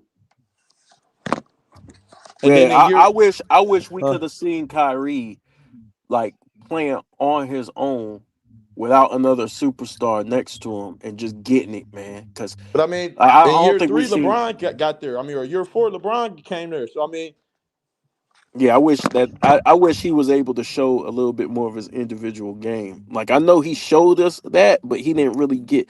We seen a little bit of it in Boston, like him play make and change his game and shit like that. But I wish he would have been able to just go all out. Bad. They act like they be talking about LeBron won with no All-Stars and 20. I'll be like, look, man, you This gonna say nigga the dropped nigga, 40. you gonna say Kyrie won the All-Star because he played 52 games instead of 55? That nigga dropped 40, bro. I And seen then like that. Kevin Love was goddamn 26 and 13 the year before he got to the Cavs. So when he get there, of course he can't average 26 and 13 with LeBron and Kyrie. And he lost weight, so he had to. So He like it said be it. He like you had to don't really be gotta more on like the spice it perimeter. up. Like the Cavs won in 2016. You don't gotta say LeBron came back 3-1 with no All-Stars. You don't gotta do that because we know who Kyrie and Kevin Love is. Niggas be trying to put that extra spice on it for no reason, man. But Kyrie was averaging like 28, wasn't he? No, in that season, no, he averaged like No, 20. I'm talking about in the finals. I'm talking Again. about I'm talking about in that season. Oh, Only okay. LeBron made the All-Star that year. Yeah. So they be saying like he won with no All-Stars, but like we know Kyrie only played 52 games. That's why he didn't make the All-Star. Yeah. The way I look at it, man, is you still are who you are, no matter who you playing with. Right. Your numbers may fluctuate, but I'm still Right. like Magic's still Magic. He playing with Kareem, but he's still Magic. You know what I mean? Right. And people try Right. to take that away from people. I'm like, yo, you still who you are, dog. They do it with Bosh too. They do it with Gasol too, though. They be like no, them niggas was good, man. Them niggas was already stars, man. Now Bosh was more of a star than Gasol was before, but Gasol was good. That nigga was good, man. Gasol was cold, and That nigga was good. and like I got into it with some guys in the panel because they were trying to overrate him. But then I caught myself and I stopped doing that shit because I was like, no, Gasol was an excellent player, man. He was one of the most skilled players in the NBA. You know what I mean? Skilled passer. Left hand, right hand, all that. But see, that's what that GOAT debate shit do. Like it make people diminish people to where now they ain't shit. You know what I mean? Yeah, Instead fuck of that just GOAT debate, man. I just got my top 5 and I just roll. I got my starting 5 and I just roll with that. Yeah. I just roll with that, man. Yeah, man. Really, I really only look at a GOAT in boxing, man. That's really my basketball and boxing. They're my 2 favorite sports. So you really only a GOAT in boxing, man, because you in there by yourself, man. Who you got in boxing? You ain't gonna like this, man. I already know. You ain't gonna like this, man. None other than the eight division champion, man. 4-time linear champion, man. Manny Pacquiao, the only nigga to win a belt in 4 different decades, man. The only nigga, man. The only nigga to win a belt in 4 decades, man. The 90s, 2000, 2010s, and 2020, man. Who doing that? I wish him and Floyd would have fought in his prime, though. Who doing that? I got Ali and Manny, man. I got them 1A, 1B, man. I got Ali. I still got Ali. Floyd, he don't do nothing for his people, man. You can't be the GOAT in boxing in the individual sport if you don't do nothing for your people, bro. I'm serious as fuck, bro. You holding that against the dog? Hell yeah, it's an individual sport, bro. If Ali set a standard, bro, and Pacquiao, he do shit for his people, his country, poor as fuck, bro. He the only hope for them motherfuckers, bro. Floyd, what Floyd did for what a Floyd Mayweather Foundation at, nigga? I never heard of that, dog. That's a good one. This nigga went on the thing the other day talking about I'm the voice of Israel. Hey, look, man, you ain't go to no boxing, bruh. Why he say that? Cause they probably like endorsed him. I don't know. He was on stage with the white thing on and everything. He was like he about to cry. Man, come on, Floyd. Why you think he got all that money and he could pop that shit like that, man? Come on. See, I like Floyd, man. I like Floyd, man. I do though. I do too. That nigga top. If somebody say Floyd to go, I won't argue that. If somebody say Floyd better than Manny, I won't argue that. But I'm just saying, me personally, I don't. Yeah. He could be he could be top 3, top 5. He not over them 2 niggas though. Yeah, I got Ali as a competition thing, man. I just feel like that heavyweight division, man, he went through lions, man. That motherfucker went through the. Yeah, I think Manny the best pound for pound. I think him and Roy Jones the best pound for pound fighters. I got Roy in my top 5 too. Yeah, Roy in my top 5. I love Roy Jones, man. He the most talented fighter of all time. Facts. Facts. Nobody could touch Roy in his prime. Nobody could touch him, bro. That motherfucker was killing shit. But all right, y'all. I'm gonna go ahead and close this stream out, man. Head inside and all right, my boy, and drink me some of this Jack and then lay my ass down. You gotta start dropping your cash app on this motherfucker. I'll start pulling up and shit too, man. Donate to your channel.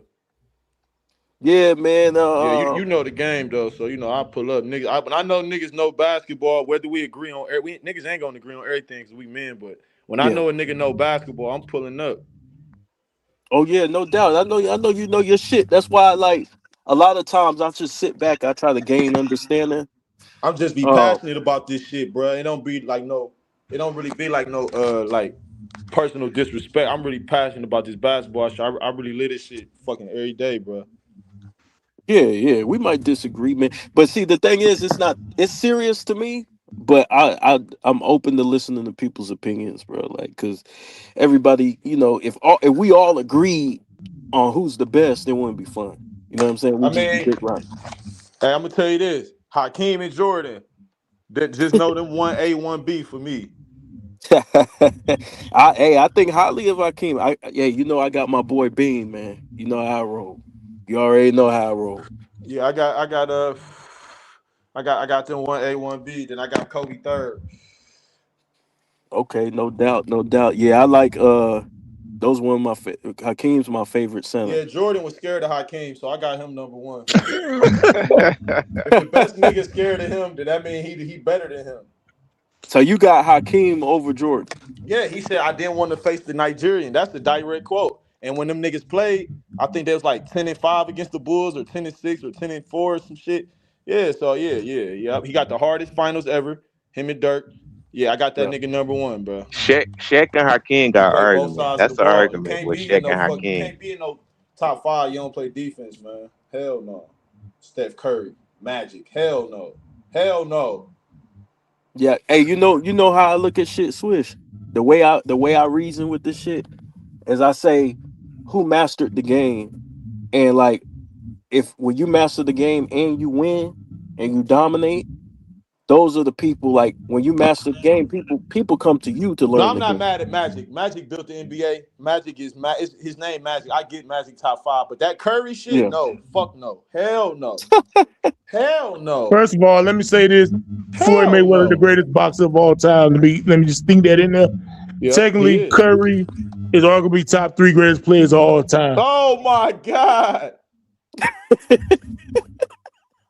Send me your hate mail. Curry did more with less than most niggas. He played with the best defender of his generation. So how he do something? He got the second best shooter ever next to him with the best defender in the 7-foot nigga with Iguodala. And no, hell no. You're not about to know. But it's all fair game. You act like he was out there with the. Time out. So time out. So when LeBron joined up with super teams, y'all just beat him. But then when Curry went with some niggas, oh man, look who he got. We're not doing that, bro. Hold on, you said it's super different. Team. I don't be on that it's different super though, because I don't care. Steph Curry stayed with his team. I don't think people adding players to their team mean, bro? Man, the same as him going to another team and joining. Exactly, CJ. Man, CJ, you remember when Clay went down and KD left? What were people saying? Oh, Steph Curry need to leave. He ain't gonna never win another championship in Golden State. And then he won another championship in Golden State with Andrew Wiggins. Man, he beat the Celtics. Them was little niggas. Nah, now they little niggas. The little niggas that put out KD. The little niggas that put out KD, who's the greatest scorer than Kobe. And that's kind of nasty, Switch. So yes, nasty as hell. Who was the best player on the Celtics?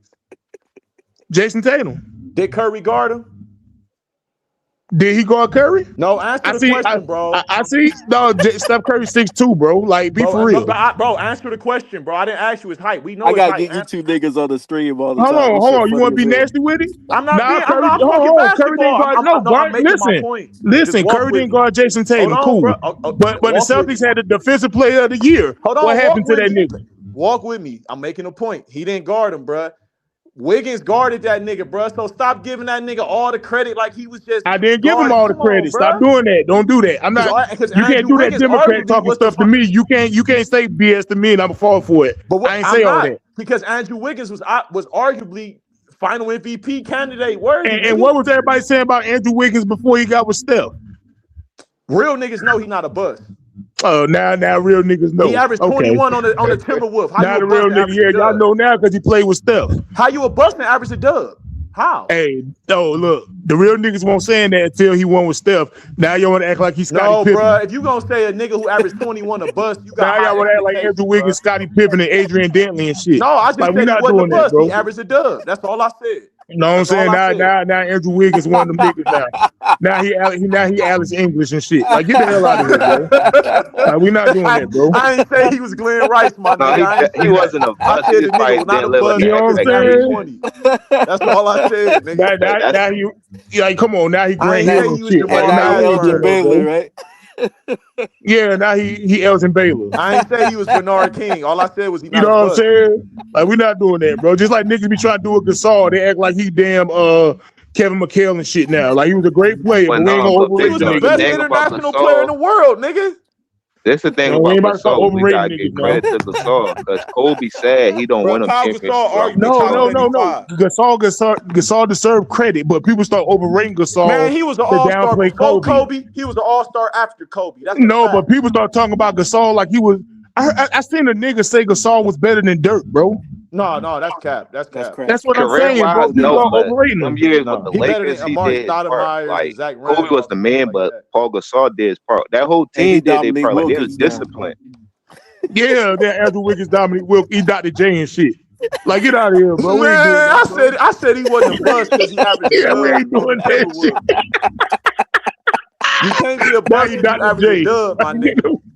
Now he Dr. J and shit because he won with Steph. We ain't doing that, bro. Come on, man. It's just like Draymond, right? Like, people like, man, Draymond triple single, he did. But then when they talk about Steph, man, he had Draymond. So then they start talking about Draymond like he Charles Barkley and shit. Like, nah, we ain't doing that, bro. This generation, nigga. No, first, no, this is what I'm saying. People say Draymond trash, he triple single. Bro, that nigga but then when you mention Curry winning, they talk about that nigga like he was. Say what? He not trash. He a dog, bro. That nigga a winning player, my nigga. No, I agree. But what I'm saying is, people would say he's trash. But then when you mention Curry winning, they'll talk about Draymond Green like he was Artis Gilmore. That's what I'm saying, bro. He said Artis Gilmore. That's what I'm saying. They start overrating the Kawhi nigga, yo. Leonard and shit. Yeah. Clay Thompson, Jerry West and shit. Like, we not doing that shit. We about to start overrating niggas now. Now Scottie Pippen, he fucking Larry Bird and shit. Like, we not doing that, bro. Mark Eaton. Yeah, that's what I'm saying. Andre Iguodala, John Havlicek off the bench and shit. Like, we not doing that shit. David West was Rick Mahorn, prime Rick Mahorn.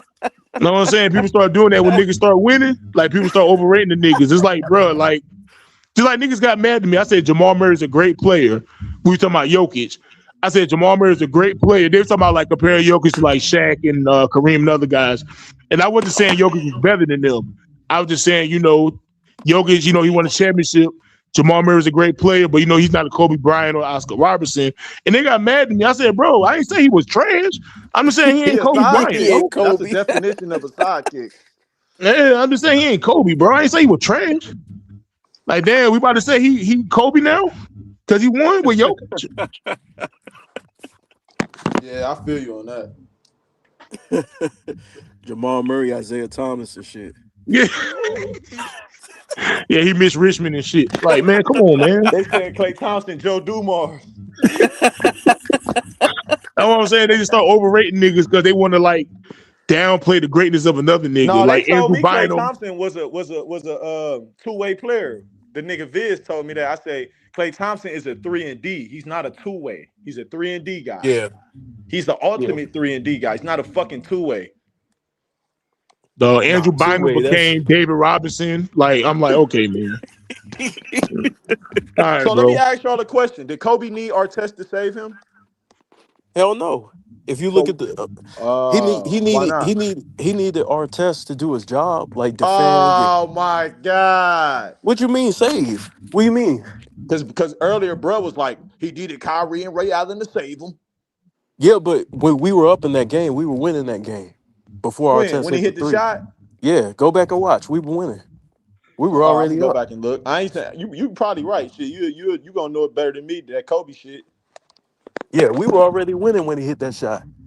That's the game Okay. he had 20 or test. He had like 20. Yeah. Yeah. Now we needed him. Now I ain't gonna say we ain't need him, Man, Paul Gasol but saved Kobe. you know what I'm saying. He was wide open. Kobe. You know they were coming to trap Kobe. Man, the ref shaved Kobe and Shaq. That's my new narrative I'm pushing for 2026. No, I'm just saying, man, the Cavaliers, man. J.R. Smith was Gail Goodrich and shit. Don't push You know? that. Don't push that. There it is. Man. No, J.R. Smith helped us win that chip though. He was Gail Goodrich, bro. That's how much talent. No, if he was J.R. Smith. He was Gail Goodrich, man. Tristan Thompson, you know. Tristan Thompson was out there getting $1 million rebounds, nigga. That's a fact. And he slapped Draymond. You know what I'm saying, bro? You right. Tristan Thompson was did Willis help Reed, y'all bro. when that he came out of the third quarter hitting on threes. Tristan Thompson was Willis Reed, bro. He was Walt Bellamy. No, Tristan You know, Thompson. Time out. I'm glad you brought up 2016. So this nigga the top 3 scorer and best top 3 player, but he got locked up by a 6'8" white boy for game, Kevin Love. But he a better scorer than KD. Man, get the fuck out of here.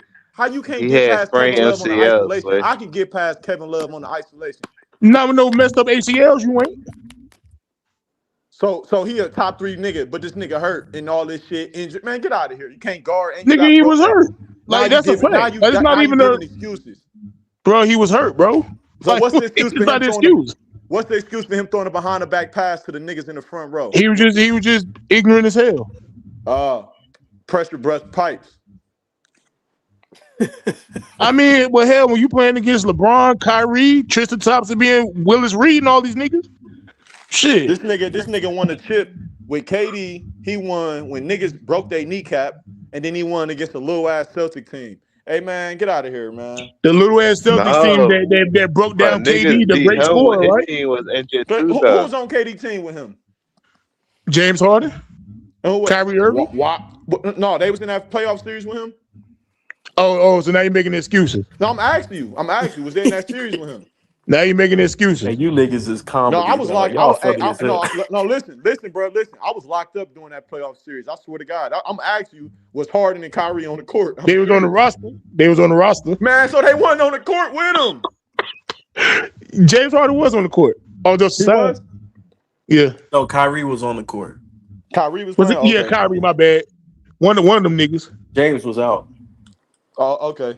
Yeah. No, Steph yeah, had it a was full roster. the Buck series. Kyrie was out, right? And Steph, And James Harden was playing. Steph never guards the best player, bro. Get this nigga out. He don't guard Kyrie. He don't guard Brian. He don't guard Tatum. He don't guard Brown. He don't guard Harden. Come on, man. No, he ain't gotta do all that, bro. He not even better than Tim Duncan or Shaq. He way better than Tim Duncan and Shaq. He not better than Bird. He way better than them. He not better. Hell no. He way better than them niggas. Man, Jokic I said it, nigga. I said it, nigga. You give Curry a Kevin McHale for his career, nigga. Man, he had. You give Curry a Kobe level play on this team, nigga. No. Yeah, Curry won with. Curry got y'all thinking Andrew Wiggins is Dominique Wilkins, nigga. Yeah, Curry did that. Is a B level player at best. C plus. Man, he a C level player for real. Yeah, he a C plus level player at best. But Curry had that nigga looking like Grant Hill, nigga, before the injuries, nigga. That's greatness, nigga. It's more than just a stat sheet and this two-way player shit, nigga. So Curry got shit off the stat sheet that niggas ain't got, nigga. Curry had Wiggins guarding like that. Oh, okay. He inspired. Hey, y'all niggas need y'all on show, man. You know what I'm saying? Andrew Wiggins was the Minnesota Timberwolves. Everybody was laughing at Andrew Wiggins. Everybody was saying Andrew Wiggins ain't shit. Curry ain't firing no nigga up to play defense. That's all Draymond, nigga. That ain't nigga ain't got to, bro. He ain't got to. But you know what Curry do? So how you giving him credit for Wiggins? You know what? No, do you know what Curry do? Do you know what Curry do? He when Curry get to the half court line, he got two niggas in his face while the other niggas get easier opportunities, nigga. Yeah, and that's including Kevin Durant and Klay Thompson, nigga. They so afraid of Steph Curry. They said I'd rather guard KD one-on-one, nigga. That's how dangerous Curry is. But what about the defense? That don't show up on the stat sheet. LeBron don't do shit like that, nigga. I agree, but LeBron make passes though. He got 10,000. Oh, he make passes. Draymond make passes, nigga. Yep. So and y'all overrate LeBron passing. LeBron don't y'all got overrate 10,000 that shit. assists. He don't got 10,000. Y'all overrate that shit. That nigga, hell, I hold He on. don't got no. He don't got no. He not pulling the defense like Curry. That's not my point. But what I'm saying is, he can pass. Y'all overrate LeBron passing. Y'all talking about, man, he up there with Magic Johnson. Nigga, who? LeBron the top 10 Avery Johnson, nigga. He bottom top 10. He ain't top 10 Hey, nothing. Avery Johnson. He ain't Avery Johnson. That nigga Will. He ain't Avery Johnson. He Will Avery. Hey, you ain't shit. He not up there. They with overrate LeBron passing. He like Magic Johnson, nigga. He how? not up there. He not up there with Jason and Magic and Rondo, but he up there. He top 10. Man, he is not up there with none of them niggas, bro. He up there with PJ Brown, nigga. No. Y'all overrate. I'm joking about the PJ Brown, but y'all overrating that nigga passing because he hold on the ball all the damn time. Hell yeah, I get some assists too. Bro, that nigga got all kind of passes though, bro. Stop the cap. That nigga played 50 years to hold on to the ball and stat pad. I bet he do. He got alley-oop. He got all that. Hook pass, all that. Yeah, like he Magic and John Stockton and all these niggas and Chris Paul. And he ain't. I'm about to really make you mad. I'm gonna keep this shit going. Fuck it. I'm about to really make you mad. When he came in the league, they said it was like Magic and Jordan had a baby. They said he was Magic with Jordan athleticism. I'm gonna really piss you off. Yeah, Jordan Peele, nigga. That movie director, nigga. Can't fool me. Overrated the hell out of LeBron pass. I remember Max Kellerman, he was still on First Take. That nigga did a top 5 point guards of all time. He had Magic Johnson number 2. So I paused the shit. I watched it on YouTube. I said, who the hell number 1 over Magic? This nigga put LeBron. I'm like, bro, you kidding me? Right. Hey, you would have thought it was Curly Neal or some shit they had over Magic. Yeah. Like, nigga, who the fuck over Magic? Yeah, I don't agree with that. Bro. That's some fuck shit. Max Kellerman. Yeah, overrated the hell out of LeBron. He know boxing. He don't know ball. And this Manny Pacquiao shit got to stop too, nigga. We not doing this Manny Pacquiao shit, nigga. I'm not debating, bro. I'm not debating no Manny, bro. Just messing with you, bro. If you don't, if you don't put on for the just messing with you, bro. Go Muhammad and Manny, man. Man, Manny ain't shit, nigga. That nigga Floyd went to. And I heard KB. Man, I wish they'd have fought in their prime. Man, Mayweather really would have beat the shit out of Pacquiao in their prime. Mayweather was ducking. Mayweather won't duck it. Pacquiao dirty ass ain't want to take the drug test, nigga. Mayweather ain't want to do the Olympic test either. So you know what I'm saying? Maybe it did. I remember everybody. He was peeing green blood. He ain't fight Margarito. Ain't that kind of crazy though, big dog? You trying to make this dude take a drug test? Hey, Pacquiao had that shit. Bane was injecting in him and shit before he fight Batman. Man. So why the nigga is still winning at 40? Nigga ain't fighting nobody. He just fought man, bro. That nigga is the only nigga to have a belt in 4 decades. I don't want to hear shit, bro. Yeah, done for a decade. I remember KB. You remember we used to talk about that fight before it happened, and you tried to convince me, man, it's gonna be a good fight, man. Pacquiao can do that. I said, man, Pacquiao ain't about to do shit, and that's exactly what happened. He's not better than Floyd. Floyd's style too much for him. Floyd's the greatest of all time. Y'all just don't like him because he's rich, and he get a new Hermes bag every other Saturday. And he flunked that shit. How is he the greatest of all time? How? He beat the most he beat the most champions in history. That's facts. He don't get he got probably the least hit boxer. That's higher hit percentage. And his hands was messed up. He still was winning. Couldn't he knock niggas out? He still was winning, nigga. GOAT, nigga. And he made niggas watch boxing. So why he ducked the smoke from niggas? He ain't ducked no smoke. Niggas was ducking him. So why that's on his name though? Because y'all liars. That's why. Okay. He won't duck no smoke. He wanted Shane Mosley and Oscar all these niggas. For everything, dog. Hey, y'all can't get this shit over on me. I ain't really he ain't really said no cap. I'm just asking like why that's on his name. Dog, people try to put this, oh man, he would duck his smoke. He wanted smoke. Niggas ain't want to fight him. Because you can't tell a man to take a drug test. You don't got no circumstance. Man, he already lost like 1 or 2 fights I seen. Probably 1 really. Man, look, man, if somebody told me to take a drug test to make millions of dollars, nigga, my pee clean or my blood clean, nigga, I'm taking that shit, nigga. So did he tell every fighter he fought to do that? Bob Arum and all them control that shit. It ain't just all Manny and Bob Arum crooked ass. Nobody want to do business with him. Because I'm like, you can't tell a man to take a drug test if nigga, I'm the champion, nigga. You want a title shot, nigga? Take that drug test, nigga. I'm glad make you take a COVID shot too, nigga. I'm glad you. But that kind of show undefeated. Oh, he 50-0. I'm glad you ain't say that little casual ass shit. Greatest all time, nigga. Man. Everybody give Manny Pacquiao this credit for knockouts when Mayweather knocked the niggas out, beat the niggas ass before he did. Oh, Manny Pacquiao, he beat Ricky Hatton. Nigga, Mayweather did that already. Nigga. Manny Pacquiao got longevity. He got the best longevity ever, bro.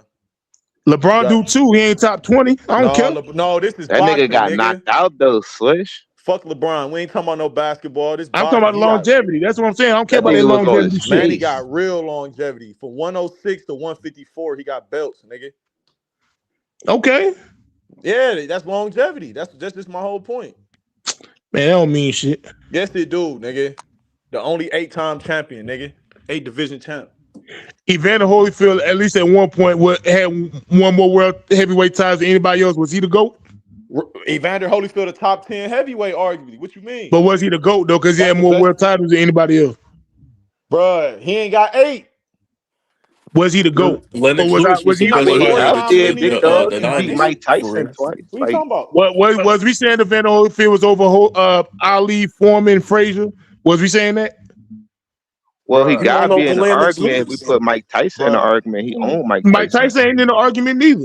He ain't in there. He in a top 5 argument. Mike Tyson top 20 all time. Maybe top 20. Maybe. Yeah, he like top 20. 25, 30. Yeah. He ain't in no top 5 arguments. He ain't beat nobody. Yeah, I agree. Yeah, he ain't got no resume like that. You see what Lennox Lewis did to him? Pop, pop, pop. I mean, Lennox Lewis 6'7" though. Lennox is the That's best not a fighter good of the matchup, 90s. man. Y'all chill. And Mike was on the Ritalin and everything at that time. I remember, man. He was out the joint. He was all calm and shit. I remember that fight, man. I was a little nigga, but I remember, man. And I didn't watch it as an adult too on YouTube. Yeah. That nigga was acting all calm and shit, like he wasn't aggressive and shit. I remember he was fighting a real boxer. And my auntie was like, Mike on some pills or something. Like he ain't got that dog. I remember that shit, man. He was all calm and shit. I'm like, what's up with my nigga, man? Yeah, that check was signed. He was straight now. Yeah, that check. You knew he couldn't beat Lennox Lewis. Now I will say this: Lennox Lewis was a punk for not fighting him earlier. I would say that. Cause I think Lennox Lewis would have beat him then, but he act like he was scared or something. That nigga Lennox Lewis got the ultimate jab, nigga. The pugilist. That nigga jab a nigga from across the ring, 6'6", 240. You can't, man. He beat the shit out of Hakeem Rockman. I remember that shit. Yeah, I just watched the highlight of that earlier too. Funny you said that. Hey, y'all niggas need y'all own show, bro. Y'all funny as motherfucker. I was sitting here laughing my ass off. I can't talk about the new NBA. That shit watered down. I can talk about the previous shit or some the previous eras, but I don't watch the NBA. I don't watch that shit. I watch college. Yeah, Kobe ain't shit neither, nigga. Nah, I'm just playing. Kobe should be in everybody top 10 who grew up watching basketball. Now, if you just he my favorite ball, then I get it. My favorite. He should be in everybody top 10. He my favorite player, but I got him number 2. Yeah, he in my top. I got him number 3. He in my top 3. I think he's the best player I've ever seen, but Jordan is the greatest player I've ever seen. Kobe the best player I watched the most that I didn't. Yeah, he did yeah. And then LeBron. LeBron. Yeah, LeBron is second best. Hey, you ignorant, yo. I ain't grow up watching Jordan. I ain't grow up watching Kobe kill shit, and you talk about you bring up LeBron. I ain't watched Jordan and Hakeem whole career like I seen Kobe, Shaq, Tim Duncan, and LeBron. Man, you seen Curry, you seen KD, you seen Tim Duncan. You seen a lot of niggas better than LeBron. Tim Duncan? Yeah, nigga. The nigga that was averaging 13? You said he was averaging 13. The nigga that was averaging 14 on the back half of his career? Okay, he ain't on steroids. The nigga that played with 8-time Bruce Bowen and 5-time Kawhi and David Robinson, Michael Finley, all them niggas. Tim Duncan was cold. He was cold. Time out. So we gonna bring up Bruce Bowen and Michael Finley. You brought them up like they was Gail Goodrich and Jerry West, bro. Who? You just brought up Michael Finley out of his prime. Bro, how many times that nigga Duncan averaged over 23 or something like that, bro? He ain't never led the league in no category. He better than LeBron. No, he not. No, No. He better than LeBron. I get it, though. He beat him. I get it, but no, not to me. Man, dog, you give Tim Duncan the talent LeBron had. He'll tell how many championships he had. Man, Tim He only Duncan, man, that nigga he Tim cooked Duncan, him. man, He he a system swept him, player. and he beat him by record margin. He ain't only This beat him. game He don't wiped him translate off like the that, man. floor. System So player, man. where you got Why he Tim ain't do Duncan, nothing? Swish? Why Where he you ain't do got him? nothing on the Olympics? What you say? Where you No, got because Tim that's Duncan? He barely top 10. Damn. He ain't no top 5 player. that's off of his popularity. I think. I don't think people. I don't You think ain't he want to that grow up low. and I play think like he a Tim top Duncan. 5 Get out of player here. though. He came Nigga, in the LeBron was league never on and got Knockout all Kings, NBA nigga. first team. Nigga, Tim Duncan was on Knockout Kings, nigga. LeBron was never on Knockout Kings, I got nigga. it right here. I got it right here. Say I don't. Bet me $20 I ain't got Knockout Kings on PlayStation in my spot right now. LeBron wasn't on it, nigga. Tim Duncan was on there, nigga. Marlon Wayne's on that motherfucker too. Marlon Wayne. He got the green gloves, nigga. Hey, that was Tim Knockout Duncan Kings is on there. 2000 on it. Tim Duncan got the black gloves. He on there. Knockout Kings 2000 with Ali on the front. Yep. I got that Hey, that shit was a right classic, now in my bro. That spot. was a classic, bro. No, I EA still Sports was got it. dropping heat back then, bro. NBA Live 2000, Knockout Kings 2000, Triple Play 2000. They were dropping heat Triple back then, play. bro. Yeah, triple play Madden. baseball. That was that shit. Yeah, Madden. Like all those games was classic. Man, I still got Knockout King. I be playing the Undisputed now though. I be on that shit. Is that Randy shit good? Counteract, Undisputed good? Yeah, I like this shit. I It might ain't, get it ain't that as good shit. as Fight Night, the last Fight Night they made, but this shit raw. Fight Night Champion, the GOAT. Yeah, Fight Night. I had that shit too. I don't know where I put that shit. That shit. If you got an Xbox, you can get it on the on the little Xbox store. Anybody Nah, with I got Xbox, put your number. PS5. Yeah, I got a 5 too. Yeah, but that shit's still on Xbox though. The Fight Night Champion is like $20. Yeah, because these video games I play are trash as fuck. I'm trying to find some good games to play on my time off. Undisputed. That Mortal Kombat just dropped. They put all the old ones on there, so it got 1, 2, 3, 4, and they got a couple new other games. So they got like a whole collection. That shit just dropped. I might play Mortal Kombat. I'm always getting my ass whooped though. I be getting So my they got ass all the beat. old ones in one. They got like 6 different games in one. They just dropped that shit. Damn, I'm about to check it out right now. Yeah, that shit While like y'all $50. talking, y'all need y'all own show, man. Y'all funny as motherfucker. Them niggas ain't agree on nothing. Where y'all got Shaq at? Shit, I got Shaq top 10. Shaq over I Tim don't. Duncan. For me, I got Shaq top 10. Shaq underachieved, but I got him over Tim Duncan. Yeah, Shaq's dominate his domination, man, as far as when they gotta change the rules, you gotta be in the top 10. In my opinion. That's a fact. I told At least. the little 8th grader the other day. I asked him. I said, "You know, players that they changed rules for?" He's like, "I was like, no." I was like, "You know, did they made a zone for this player?" He was like, "What player?" He was like, "LeBron." I was like, "Hell no." I was like, "Shaq." I was like, "They had to make zone rule. They had to change rules for Shaq." I was like, "For And Iverson." AI too, low I key. told. I swear to God, I told. He in the 8th grade. I say for Iverson, like carrying the ball, palming the ball, they stopped him from dribbling the ball, basically. Yeah, he was too damn deadly with that shit. I was explaining that shit to him. I was telling him about the history of the game, though. I'm like, you got to know this shit. Iverson was still rocking niggas when they took that away from him. He was still putting that shit through his legs though. Man, he did a one crossover against the Cavs. Man, he did a crazy left to right right to left on against the Cavs. He got the haircut. I always watch that highlight, man. He put 50 on the Cavs. Yeah, Iverson be putting niggas on the floor with they ass up and they sneakers in the air. I'm like, God. Man, that nigga was different. And people be like, field goal percentage. I said, shit, fuck all that shit. Hey, you could say a nigga got a low field goal percentage all you want, man. That nigga gonna cross the fuck out of you. Ain't nobody trying to guard him though. Hey, before I get out of here, bro, I gotta say this, bro. AJ DeBonster, bro, that's the best. I've been saying it, bro. That is the best college prospect I've seen since like Durant and Beasley and all of them. I ain't AJ seen who? nobody in AJ DeBonster. That's at BYU. He gonna be the #1 pick. Oh yeah, I gotta watch him then. Cause he might be Man, yeah. this dude is a different breed, man. When it's only gonna take the first about 15 seconds of the highlight, you're gonna be like, all right, yup. Yeah, I gotta watch that shit, man. Because AJ, he relentless. He got the relentlessness like KG. what position he play? Small forward. He played when he Small played forward. basically, yeah, wing. Okay. Yeah, wing. You're gonna be Yeah, the I'm gonna number one check him pick out. though, bro. Yeah, I'm gonna check him out, The man. But nigga play at BYU, man. damn, I ain't never heard him. Them niggas top 10 in the country. BYU, where Jimmer went. So you know he locked in, man. He ain't got no distractions up there. Yeah, man. I hope he could come save this league, man. League, Shit. try it. I don't watch the league. Trash. To me, I look at like the way they play defense. Everything's drop coverage. That shit drive me crazy, bro. Right.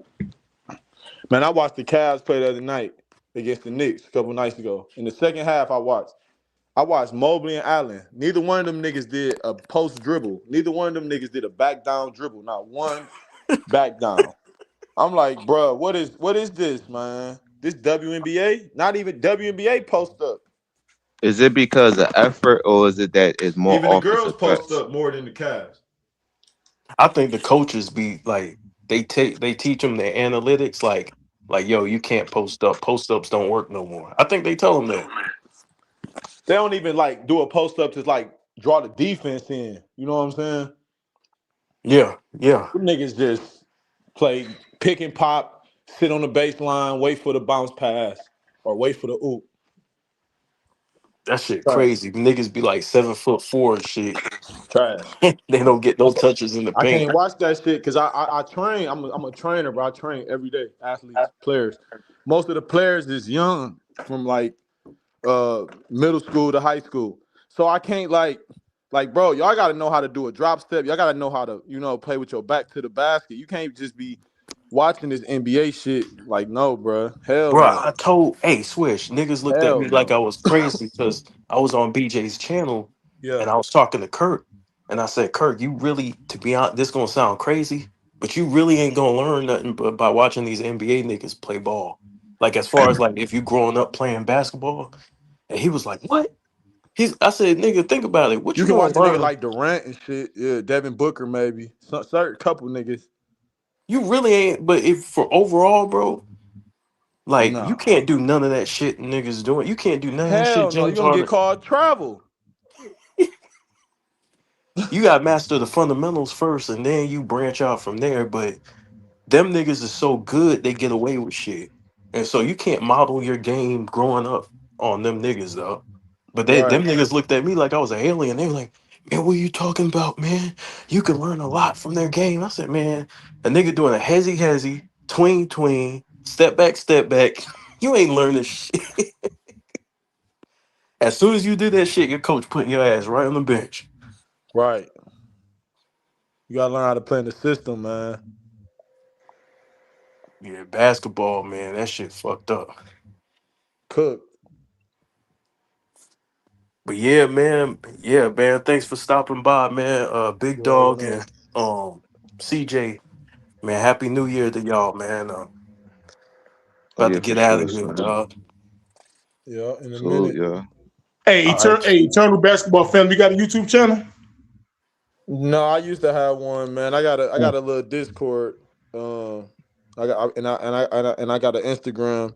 I post my basketball content on Instagram. I'm a trainer and shit, so okay. I'll be locked in the gym, man. I referee too, so I'm in the gym every day, man. Hey, you want to put your Discord in the chat, real quick, so people can follow you referee for kids or like is like adults or what?